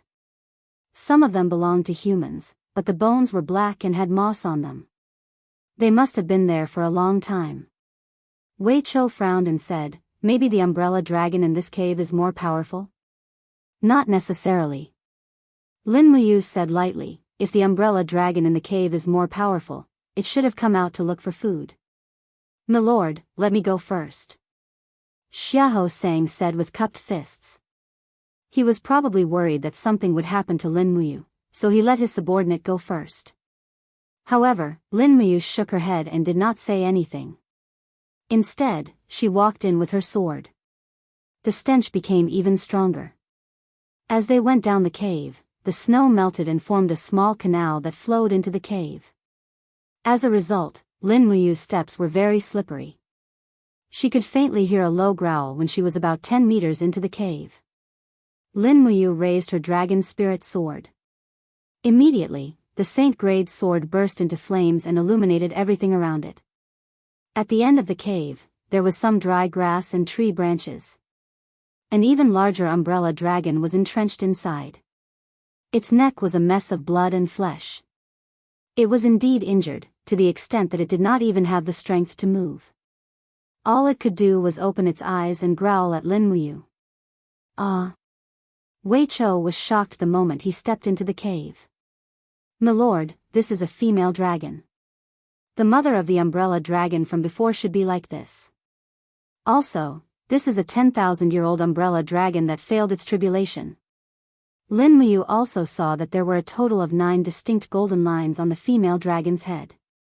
As for the 10th, it was a little dim and scattered. It was as if the process of condensing was suddenly interrupted. Needless to say, this female dragon must have been attacked in the process of transforming into a true dragon. That was why she ended up in such a miserable state. She's injured. Her dragon essence is leaking. Xiahou Sang suddenly pulled out his steel sword and said, Milord, let's finish off this 10,000-year-old Thunder Umbrella Dragon immediately. Since we've already killed its son, let's go all the way. Lin Muyu knew that there was no need to be soft-hearted at this time. She nodded and said, let's give her a clean death. Don't worry, milord.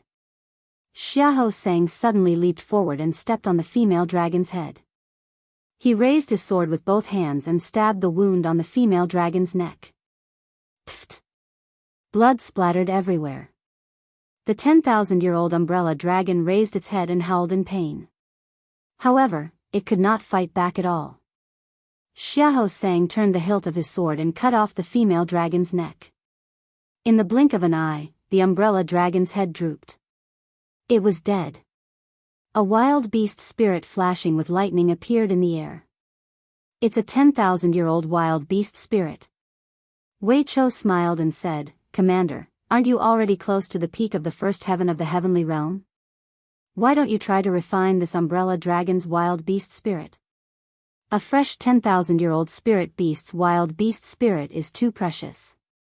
It's not a treasure that you can come across just because you want to. Lin Muyu nodded. After so many days of cultivation, he could indeed feel the fighting aura in his body filling up day by day. He was almost at the point of saturation. Almost every day, he had a premonition that he was about to break through his limits. He just hadn't had the opportunity to do so. This was a good opportunity. The umbrella dragon's element was light, but it also had the power of thunder and lightning. Lin Muyu cultivated in a very mixed set of laws, so he didn't care what kind of wild beast spirit it was. Xiaohou swung his saber at the umbrella dragon's head in an attempt to extract the spirit stones, but he couldn't cut through it. He shook his head helplessly and said, My saber is only of fine quality. My lord, why don't you use your sword to extract the spirit stones? Lin Muyu couldn't help but smile. He swung his sword and immediately broke the umbrella dragon's head. He took out a fresh 10,000-year-old light spirit stone and put it in his cosmos sack.